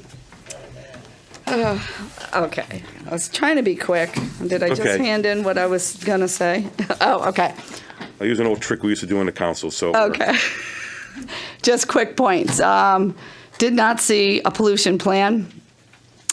In regards to odors, gases, and fumes, took a little ride over to Mountain Brower. There's only 25 truck bays there, and you could smell the diesel from across the street. The noise, my concern of the backup alarms being excluded and listening to that beep beep all night is concerning, and lighting. You can see the lights from 25 Bacon Road from the back of the houses, and I know in the regulations it said no light shall be visible from adjoining property. Allison will be the closest one. The other thing I wanted to bring up was the wildlife analysis. I did not see the final report from DEP on the natural diversity database. And I am also concerned with the large amount of trees being removed from that area, that whole red section. And I will pass these in. And I think that's it for now. Thank you. Well, I guess that's it. Thanks, Allison. Well, I have to be honest with you, I think we're kind of saturated. I think we have a lot of stuff for the record, so, again, Unless you have something really new to add, and I know Lori had some bullet points there, we'd like to proceed now with the rest of the hearing. Is that, nobody else wants to speak? Everyone's all set with their comments? Yep. Yep, you.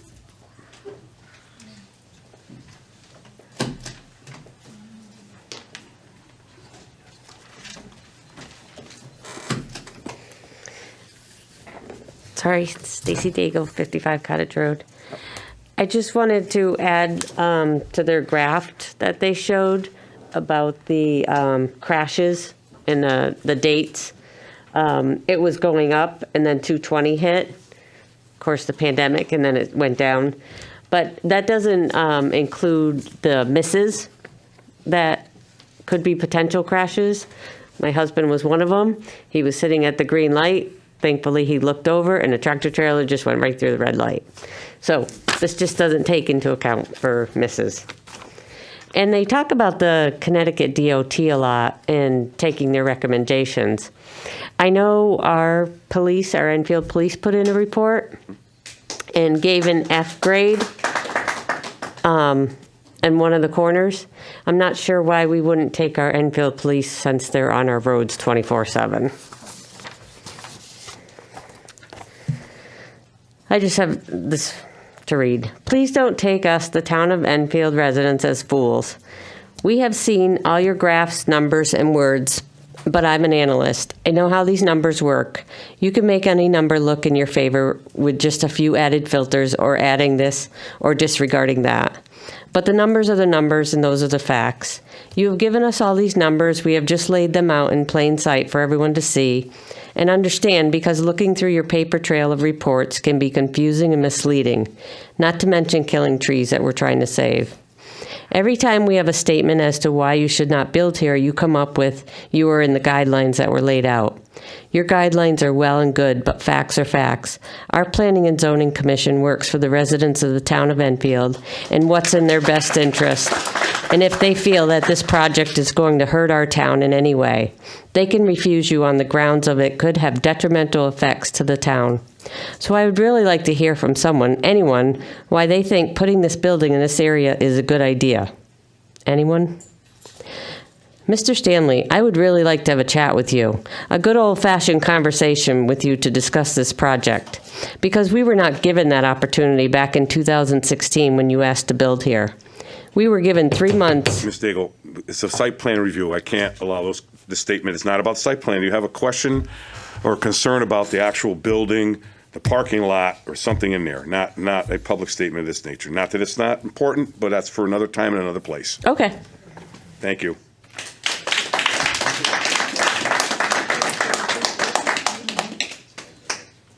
I can't control her either. That's why.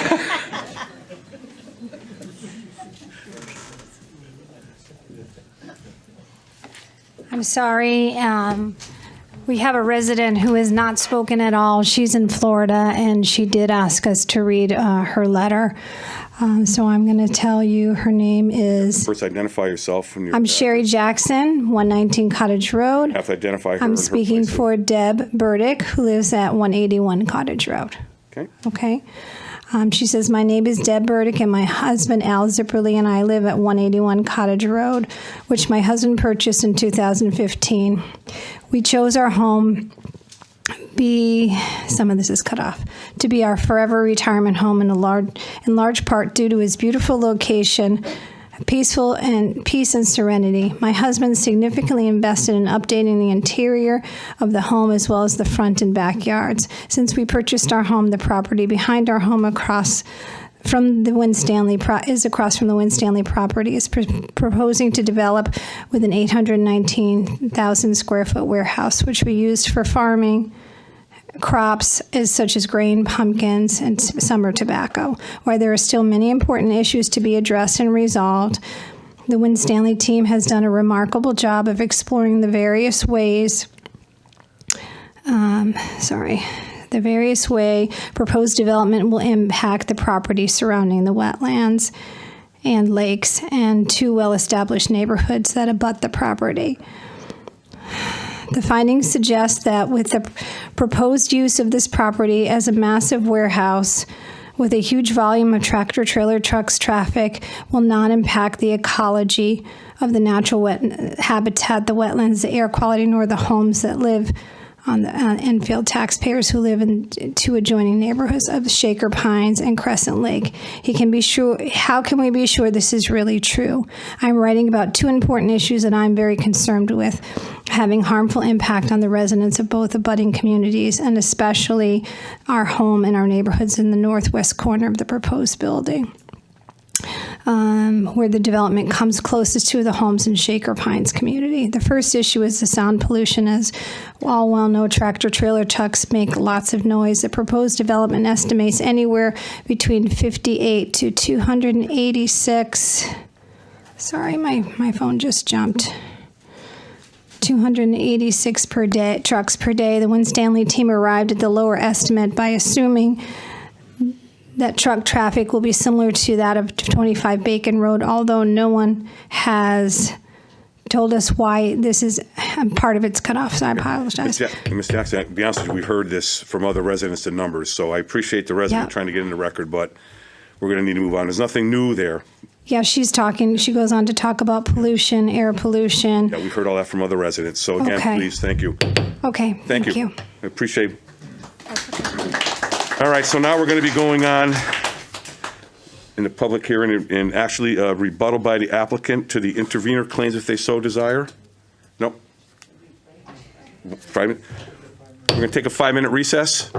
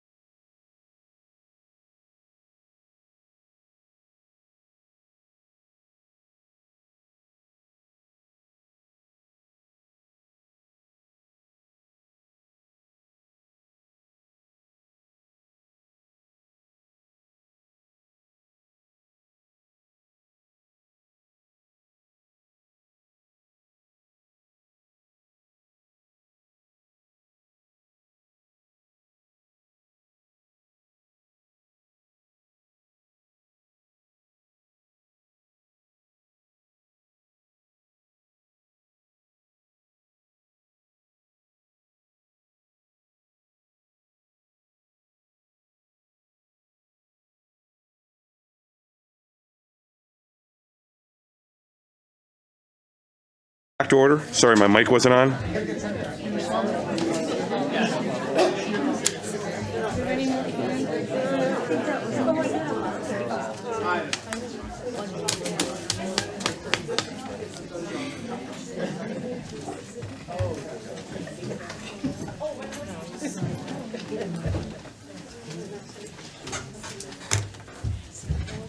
Everybody's all set? I'm going to take, somebody please make a motion so we can close this public hearing. Mr. Chair, I make a motion, we close the public hearing? Thank you. A motion made by Commissioner Alamo to close public hearing, seconded by Commissioner Manjadar. Any discussion on that motion? We can ask questions after the public hearing. Again, we have, it could become now defaults to a regular site plan review, rules of regular site plan review. Again, the public hearing was a special feature we had for this particular site plan review because of the needs to do that. So there's a motion made and seconded to close the public hearing. All those in favor say aye. Aye. So this public hearing is closed, so now we're going to be defaulting back to a normal site plan review procedures. Having said that, is it the wish of this committee to continue tonight with this discussion, or would, based on all the information and all the pamphlets we received tonight, and I'm a reader, I got all this tonight. It'll be good reading on a snowstorm tomorrow. Is it the wish of the commission, the applicant, that we table the rest of this meeting? Because that means we will not be voting on this tonight. We're going to continue it. We have more material we need to read. I'm sure the applicant themselves has some other things they probably want to add as we go forward. So I think we'd like to, I'm looking for the wish of the commission. I'm just wondering if the applicants have anything to say before we close. Yeah, he's coming forward. Yeah. Hi, Tom Cody for the applicant. I think our team's biggest, most important question right now is, what questions do you have? And frankly, you know, if we're willing to go another 15 minutes, 20 minutes, we would appreciate hearing your questions so that we know what is on your mind, because we haven't done a lot of that yet. I haven't. Well, I have far more than 15 minutes worth of questions, Mr. Cody. I'm going to be honest with you.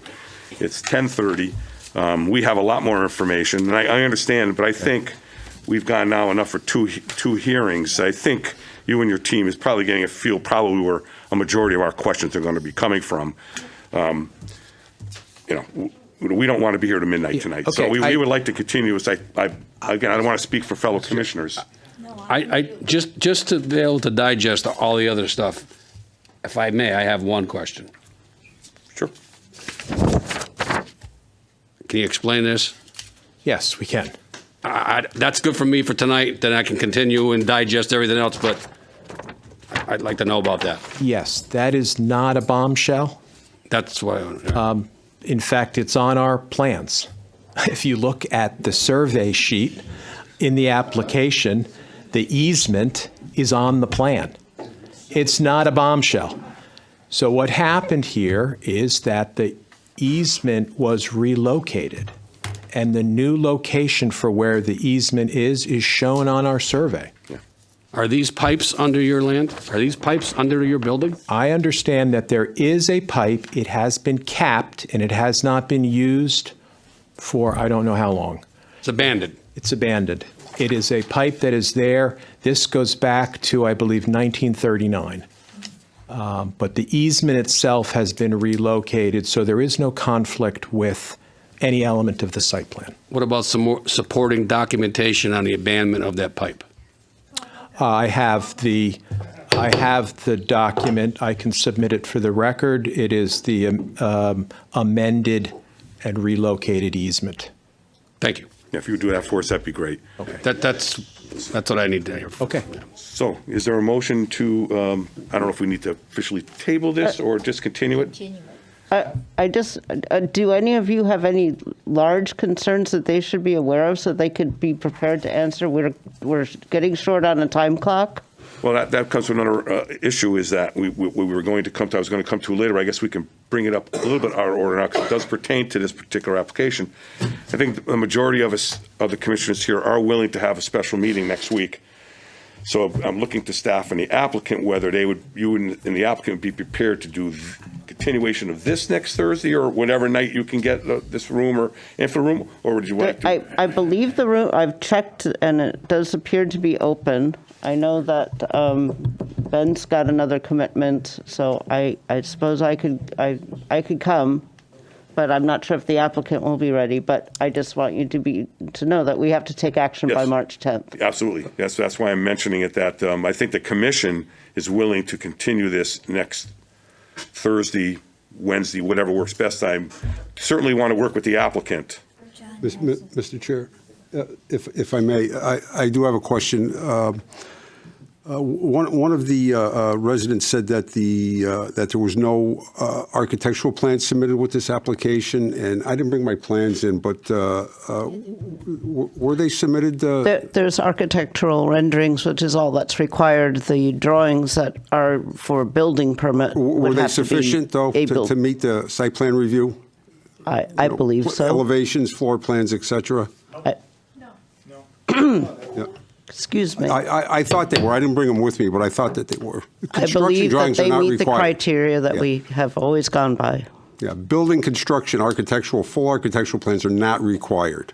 Just elevation and floor plans, I believe. Right. It says architectural plans, but we've always used renderings Just for as a aesthetics. practice. Yep. So I guess we're looking again at staff and the applicant. Would staff and the applicant be prepared to continue this next Thursday? On behalf of the applicant, I think, yes, we would be. Okay, sorry, Ben. So that would mean we would continue this to a special meeting next week. Would this be the only thing on the agenda? Yes, absolutely. Yes, Okay, yes. all right. You're not going to be around next week? So there will be 6 of us next week. Commissioner D'Antano can't make it. Well, and I doubt Commissioner DeGray will be making it, so maybe. So it'd be 6 of us. It's a quorum. I mean, And I don't believe the council will be making the 2 vacancy appointments by then, so. no, There's no I council think meeting they next just had a meeting this week, so they won't have Right. one next week. Right, so there will be 6 of us. Each one of us is important to make this next meeting. So we will have at least 6 We will have 6. members, okay? And the applicant is good with a special meeting next week? Next Thursday. Next Thursday, yes. Okay, that's, Okay, so basically Your we're on record decision. is we will continue this till next Thursday, time yet to be determined by staff, with the applicant agreeing, and there will be 6 commissioners present at that meeting to go through all the detail with the applicant and answer our questions. All right. Public can attend, but they can't participate. Okay, moving on. Moving on.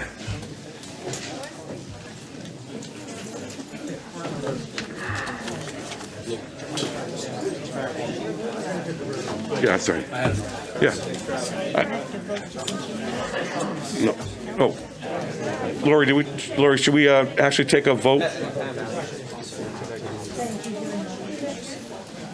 Should we take a vote to continue it? Did we take the vote? I don't remember. There was a motion made by Commissioner Limo, seconded by Commissioner Higley to continue this next Thursday. All those in favor, please say aye. We did. For continuation. Yeah. Old business, there isn't any. All right. Other business, it's late. We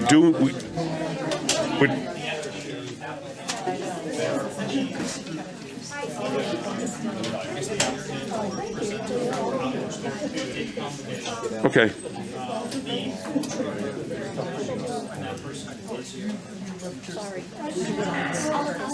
All right, but let me let's take please someone make a motion to take the cannabis off the table very quickly, please. Motion made by Commissioner Momajar. Second. Second by Christine Tony for the discussion on cannabis. We do need to be moving on. Could you get people, excuse us, could you please leave if you're having a conversation, because we still have a meeting to continue. Thank you. So I just want to give the opportunity here just to wrap this up so that staff can kind of get going here, because we have a regulation that has to be written in a future public hearing. And because of the dynamics of investment, we really need to be moving on this. So if we can just spend 5 minutes on this before we hear the other applicant, I really would appreciate it. And it's also because Commissioner Olimo's here. So if you can just describe the tour, but please, it's late, keep it short. Because I went through it, but I do, yes. So you did touch on the tour to cannabis. Yeah, so we did go on a tour. We got invited by Councilman Santinella to go along with the council, and it was very informative. Most of the questions I asked were based on both sides of the arguments that we heard during the deliberation, whether we were going to approve cannabis or not as a community. So that's where I focused all my questions on, and I got all the answers I needed, and it was very helpful to go forward and help make this ordinance. So thank you to Councilman Santinella for inviting us, and it was definitely an informative road trip. Yeah, it was wonderful. Yeah. So I just want to rehash where we are from last time. Last time we discussed this, we decided on the demonstration that staff was nice enough to present us to take out item D. We thought that was redundant to have the state compliance issue. We decided to leave the footage in there for separating distances, except adding for 1,500 feet for schools. Okay? And then we got down to the T-ville part, which right now is 1,000 feet. And the only thing I want to mention about T-ville, the zone, if I can, I'm not privy to any information, but I just want to use these two examples very quickly as to why I don't know if 1,000 feet is going to work there. I'm not privy to any information, but I just want to use these examples so everybody can visually understand. Suppose that a cannabis dispensary someone bought the white building here right on the corner. Everybody knows the building that's been vacant, the old furniture building? Mm-hmm. Well, they wouldn't be able to do it with the 1,000 feet because it's 1,000 feet, it's not from town hall, and it's not 1,000 feet from a park.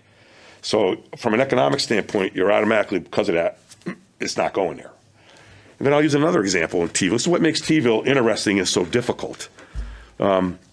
Say someone wanted to do a store in the old, you guys are going to see how old I am, the old Grants / Teen Center / Ann's Bakery. Believe me, I remember it was Grants. Yeah, and I certainly went there when I was at Teen Center.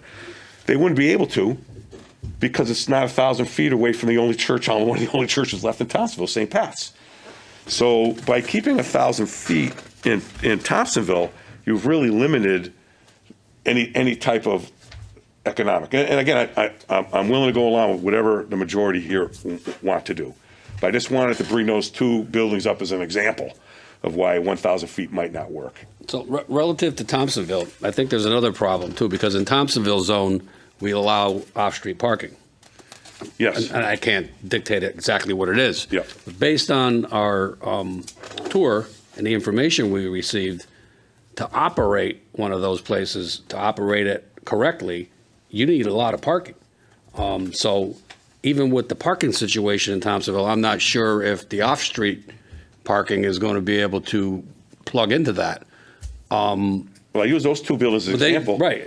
Because there's parking. There's parking. That's what I use them as an example, to be honest with you. The people that we met with kind of pushed us towards like a mall area, those kind of areas for this, because you need a lot of parking. They said you need 7 cash registers. It was unbelievable. The place, so it's not like something you could picture like a little nook and cranny type of Thompsonville, frontage residential up like we grew up with. I mean, it doesn't seem like it would work, or the person wouldn't make the investment. I don't think. Just based on the tour we had. I'm sorry. Go ahead. Mike. Why are we so big on having it in Thompsonville? You walk out of Thompsonville and you're in the regular. What's the difference? Infield's infield. Thompsonville's not far away from any spot to go in Enfield. I know we want to fill the buildings, I get it, but are we going to change the rules for times? Because you're right, 1,000 feet's not going to work. I don't think 800 feet's going to work. Or the parking, the people in Thompsonville, there's a lot. But they'll leave Thompsonville to go in Enfield. So me, myself, don't know why we're particularly on planning. It's almost like we want to push it to go into Thompsonville. And honestly, I don't think it belongs in Thompsonville. I think it's based on us developing a regulation for the community. I get so it. do we not even put it in Thompsonville because it doesn't fit? Well, if that's it what we're trying to doesn't do. meet the length. Right, we have to use the whole community. And if See, some of us, there's a question out there.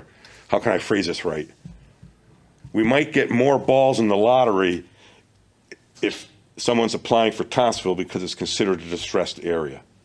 That's why we don't want to. That's the other piece of it. That's the other piece of it. Okay. But I just brought this up. We don't need to debate this to nauseam. It's getting late. I think I'd like to propose, unless someone really has agita here with anything, that we direct staff to write up the proper documentation with what we have here, so we get to really take a good look at it, and then start thinking about scheduling a public hearing based on our input from that next step. Does that sound reasonable to everybody? Sounds like a plan. Sure. Did staff As long get as that we're okay? making progress. So let's make the next step with this document.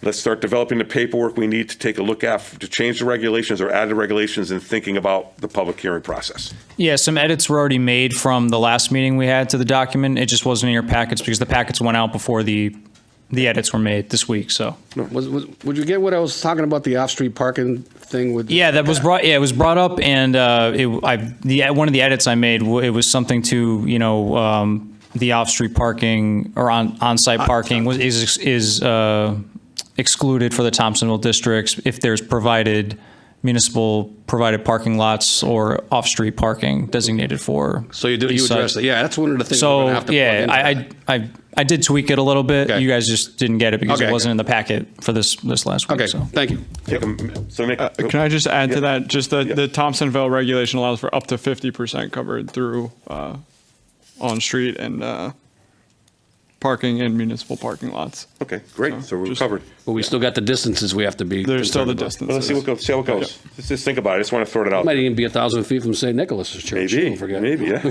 That's still a church. Entertain a motion to table this item. Motion made by Commissioner Alamo, second by to table. All those in favor? Discussion on cannabis is tabled. Outdoor storage is not here. I need a motion by someone to please extend our meeting, because it's getting close to 11 o'clock, to midnight. Is there a motion made by Commissioner Grillo to extend our meeting to midnight, seconded by Commissioner Petronella? All those in favor? Aye, unanimous. Now we have the food truck regulations. Text amendment. There's someone here, I take it, to kind of fill us in, and thank you for waiting so long. So sorry. You must have learned a lot tonight. Learned a lot. We could sure use your truck. Is it outside? We're hungry. Is it on? Okay. So my name is Michelle McAuliffe. We are looking for a site for 504 Hazard Ave. We are looking to possibly do a text amendment for allowing us, RD Winery and Powder Hollow Brewery, to be able to host a food truck on our site.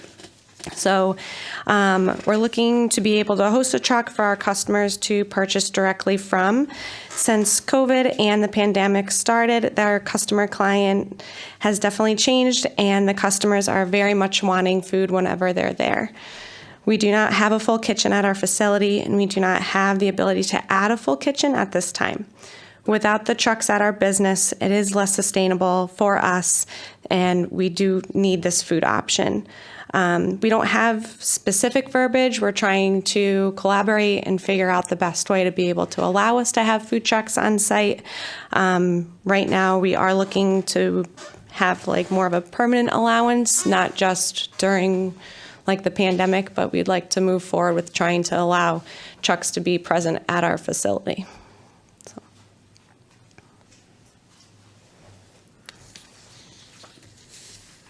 So basically, you're asking us to lift a lot of the restrictions that are currently in place now for your ability to have food trucks. Yeah, we're looking to possibly amend the distancing between the location where the food truck would be located to a brick and mortar. Right now, it's a half a mile, so if you're within a half a mile of any brick and mortar, you're not allowed to have a food truck on site, which is very difficult in remember town, this. as there are a lot of brick and mortar food establishments. So we were possibly looking to decrease the distancing between site and brick and mortar. We were kind of just open to collaboration with what we're looking for. I did do a proposed text amendment, and it would be changing the distancing. I thought would be the best idea. Did you have a question for her? That's her question? Yeah, absolutely. So when I go there now and there's a food truck, how does that happen? We fall under the, where is it? The extended outdoor dining provisions that are from the state. We contacted them as it does have an ending date. It had been extended to help small businesses during COVID. Right now, it's set to expire at the end of March. Right. They're very much, from the letter that I've received from them, they are looking to extend it. But we're just trying to be proactive and trying to be able to do it the proper way for if this So doesn't your get concern extended. is once that special order is lifted, you guys will no longer have food trucks? Correct. Gotcha. Okay. And we've seen a lot of our clients and people coming to us, like they come because a certain truck is there, or they stay and they're getting food and they're excited to have food, and they come, we've never been to Enfield before. We're so excited that this is here. They're constantly asking about food being present now that it's been that way for the last 2 years. So we're really trying to look into having it properly set so we can do that moving forward. Question through chair to staff. Yeah. Laura, this was maybe a couple of years ago. It might have been before I was on. Wasn't there like a big public hearing on this whole thing? And wasn't there This was before I was here as well. Right. So But there was. I'm looking at the commission. I was like, Jenny, were you here then? Jenny's been here for a long time. Jenny, what I was happened? like, there was we're all a new public members, hearing so on I'm it just because- like, Big issue. I Big don't issue. know. It was a huge issue. Yeah, it was. So- The restaurant people came Right. and the food truck people came. Yeah. And it was, This was a result of it. yes, Right. exactly. That was a result of the It was fair for That's where everybody. that's where the footage came in from brick and mortar. Yeah, and it would change not just one business, it would change all the businesses. Right. That's why it's. I hear you, but I don't know if Yeah, it's just a simple exactly. text amendment thing. I not. mean, we're opening up something different, and I'm all for you. I wish you could have food trucks all the time. Yep. I'm all for everybody. I'm not against any business, but No, I but just you don't want to wanna open make up a sure can of the- worms. The restaurant people don't go high and dry. There's also another proposal that she's looking for, I believe, item F, that they want to change the operation from 7 a.m. and no later to 10 p.m. from what is now 8 p.m. So she also wants to. Yeah, we were she's just trying to match proposing- our hours are till 10. Right. So we were hoping if the truck was there till 8, it said daylight hours. So in the summertime, a lot of daylight hours do extend till past 8. So we just figured we would try to match it with the opening hours that we had. Yeah. Again, go ahead. I'm sorry. I have a question for staff on item D, the last portion where it says 1 day to less than 1 week may apply for a zoning permit. Should the word may be changed to shall?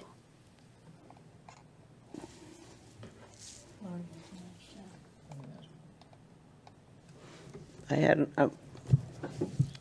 Item D. item B. D. D is in dog. D. Sorry, I didn't expect to have seen. Yeah. hear Vending this that is tonight, proposed so I for more than wasn't 1 really- day to less than a week may apply for a zoning permit. Should may be shall? Change that to shall? Are you saying G? D. Oh, I don't see. It doesn't say that. I didn't see D. Yeah, more than 1 day, but 1 week or less vending. Capital letter D, not small d. Oh, down there, okay. Like you said D, I was just looking at D, okay. Okay. More than 1 day a week or less than vendor show location. Would this be the same truck there all the time? No, ma'am. Okay. No, we work with with Deb over at the health department, and she provides us a list of approved health licensed food vendors. And then if we have one that's not licensed, then we tell them to go through the health department to get the proper setup before they come. Thank you. Mm-hmm. And you understand, our dilemma is this is not just for your establishment. Yeah. These regulations now, if we were to change these, go townwide. Yeah, I guess So when, that's our dilemma, which we would have to hash out and think about ourselves. We certainly don't have an Yeah. answer tonight. No worries. I just, when looking at some of the, like, the locations that you are able to have a food truck, a lot of the half-mile radius overlap with other places. So, like, for instance, where is it? I think it's the Green Manor Park. The half mile that includes that is the same half mile that would include our vicinity. Sure. So it's the same brick and mortars. So a food truck is allowed to And set up there if they go through the permits. Yep. And they would include the same half mile radius of brick and mortars that our place would. Sure. So we're just trying to see Yeah. how to get it done proper. Yeah. I totally understand. Is there, Commissioner Grillo? I'm sorry, quick question, please. How many food trucks did you want there? One? We and do Just one. one? Yeah, we do one, so it's fair for the vendor. We don't see enough people coming through at one time to offer more than one option. Yeah, no, I was just, So, yeah, so we would only have one truck at a time. okay, thank The you. seafood truck is good. Yes, they're very good. Question I had to staff, the applicant mentioned well, not really applicant, you're actually not really the applicant yet. The mentioned that the state program because of COVID, the extended dining regulations or whatever it's called, do you get notified from the state if that gets extended, or do they? Oh, yeah, we You get do. notified of all executive orders. Okay, Yeah. so it comes through you, okay. So Is this one up to expire in the end of March? Is it still on So, the, still in the queue? As far as I know, yes. So, I mean, I think that we need to look at this in greater detail. I personally was not prepared to discuss this tonight because I didn't think we'd get there. So, None of us did. we have to look at the overall impact as you implied. Personally, I think that we should allow food vending trucks. Most towns do. They actually create areas for them to, come to and. Yeah. They have And, food truck fairs like. So, but I understand the restaurant owner's concerns.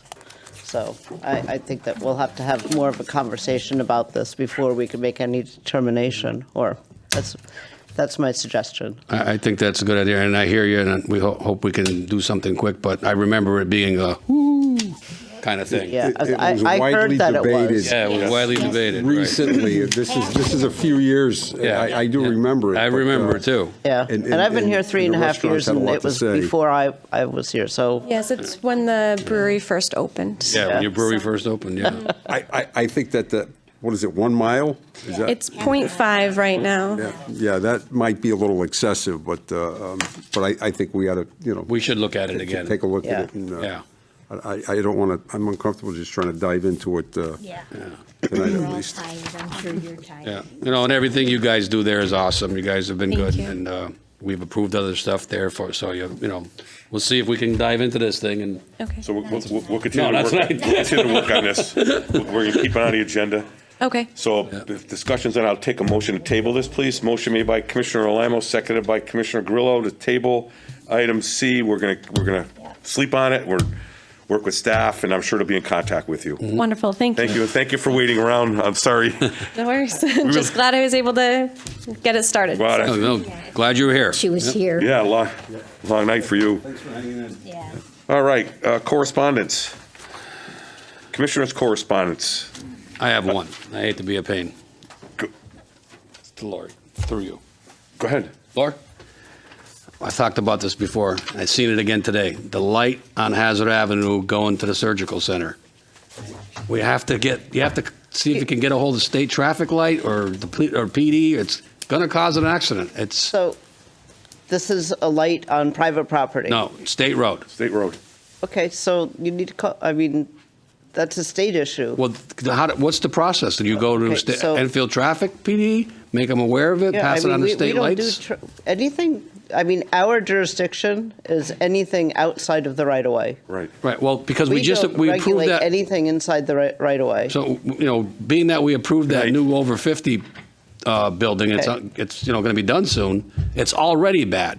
Okay, so just repeat once Okay, again so where it's this is. Route 190 and the Johnson Surgical Center. That light is cycling real fast, and it's going green for the surgical center, even when there's no cars sitting there, and it's backing up the traffic back to the Lulu's entrance traffic light, and it's becoming a real hazard. And I've mentioned it before, and whatever the process is, if we have to notify Enfield PD Traffic Division to pass it on to the state lights, somebody's got to take a look at that. Probably has to go to Sergeant Meyer. Whatever the process is, Laura, if you could. If we can't do anything, that's fine. At least we brought it to somebody's attention, because I'm afraid something's going to happen there. No offense, why don't you make a phone call to them? Who, me? They're going to listen to me. I'm not being the wise Yeah. guy, I mean, I would too. It's just If it's a state issue, somebody has to call the state, but they're not gonna listen to Lori any more than they're No, gonna so- listen to us. That's what I'm thinking. So what happens is if, from what I'm aware of, if there's a problem with a traffic light on the state road, the PD or the traffic division calls state traffic lights. That's correct. And they come and fix it.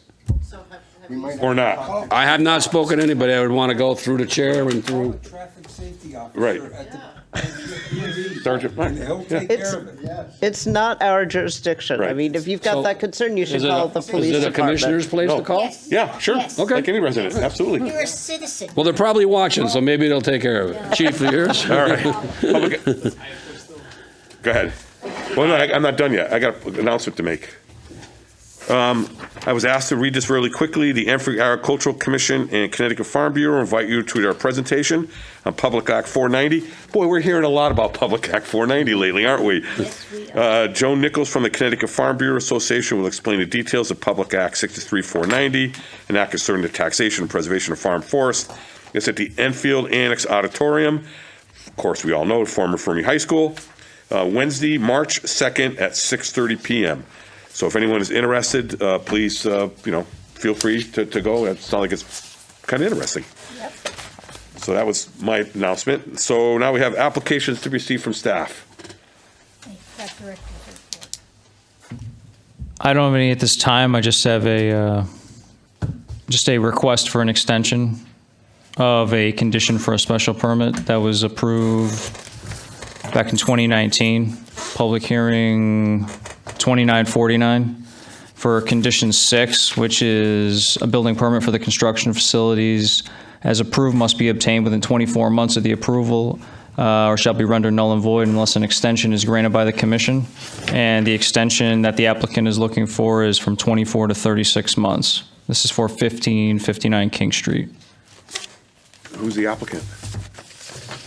Attorney Paul Smith as the applicant's representation. So basically, that's just an extension for work that hasn't been done yet. Yeah, and they're coming in with a site plan modification. Okay, that's it? That's the only thing we have? Boy, all right. Yeah, a motion to approve the extension. I'm sorry, I can't hear you. Is there a motion to approve the extension?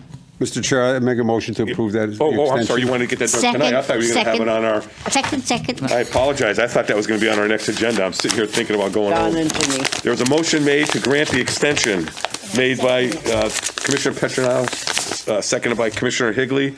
Any discussion on the motion? No. All those in favor signify by saying aye. Aye. Aye. All Unanimous. Sorry, Ben, I didn't know where you were going. You said applications to be received. John's over there going, he's ready to say it already. Go ahead. Sorry, John. John's looking at me like, get it out, Lou. All right, I'm going to entertain a motion to adjourn. So moved. I'll move. All right, all those in favor? Aye. Meeting was adjourned at 11:04.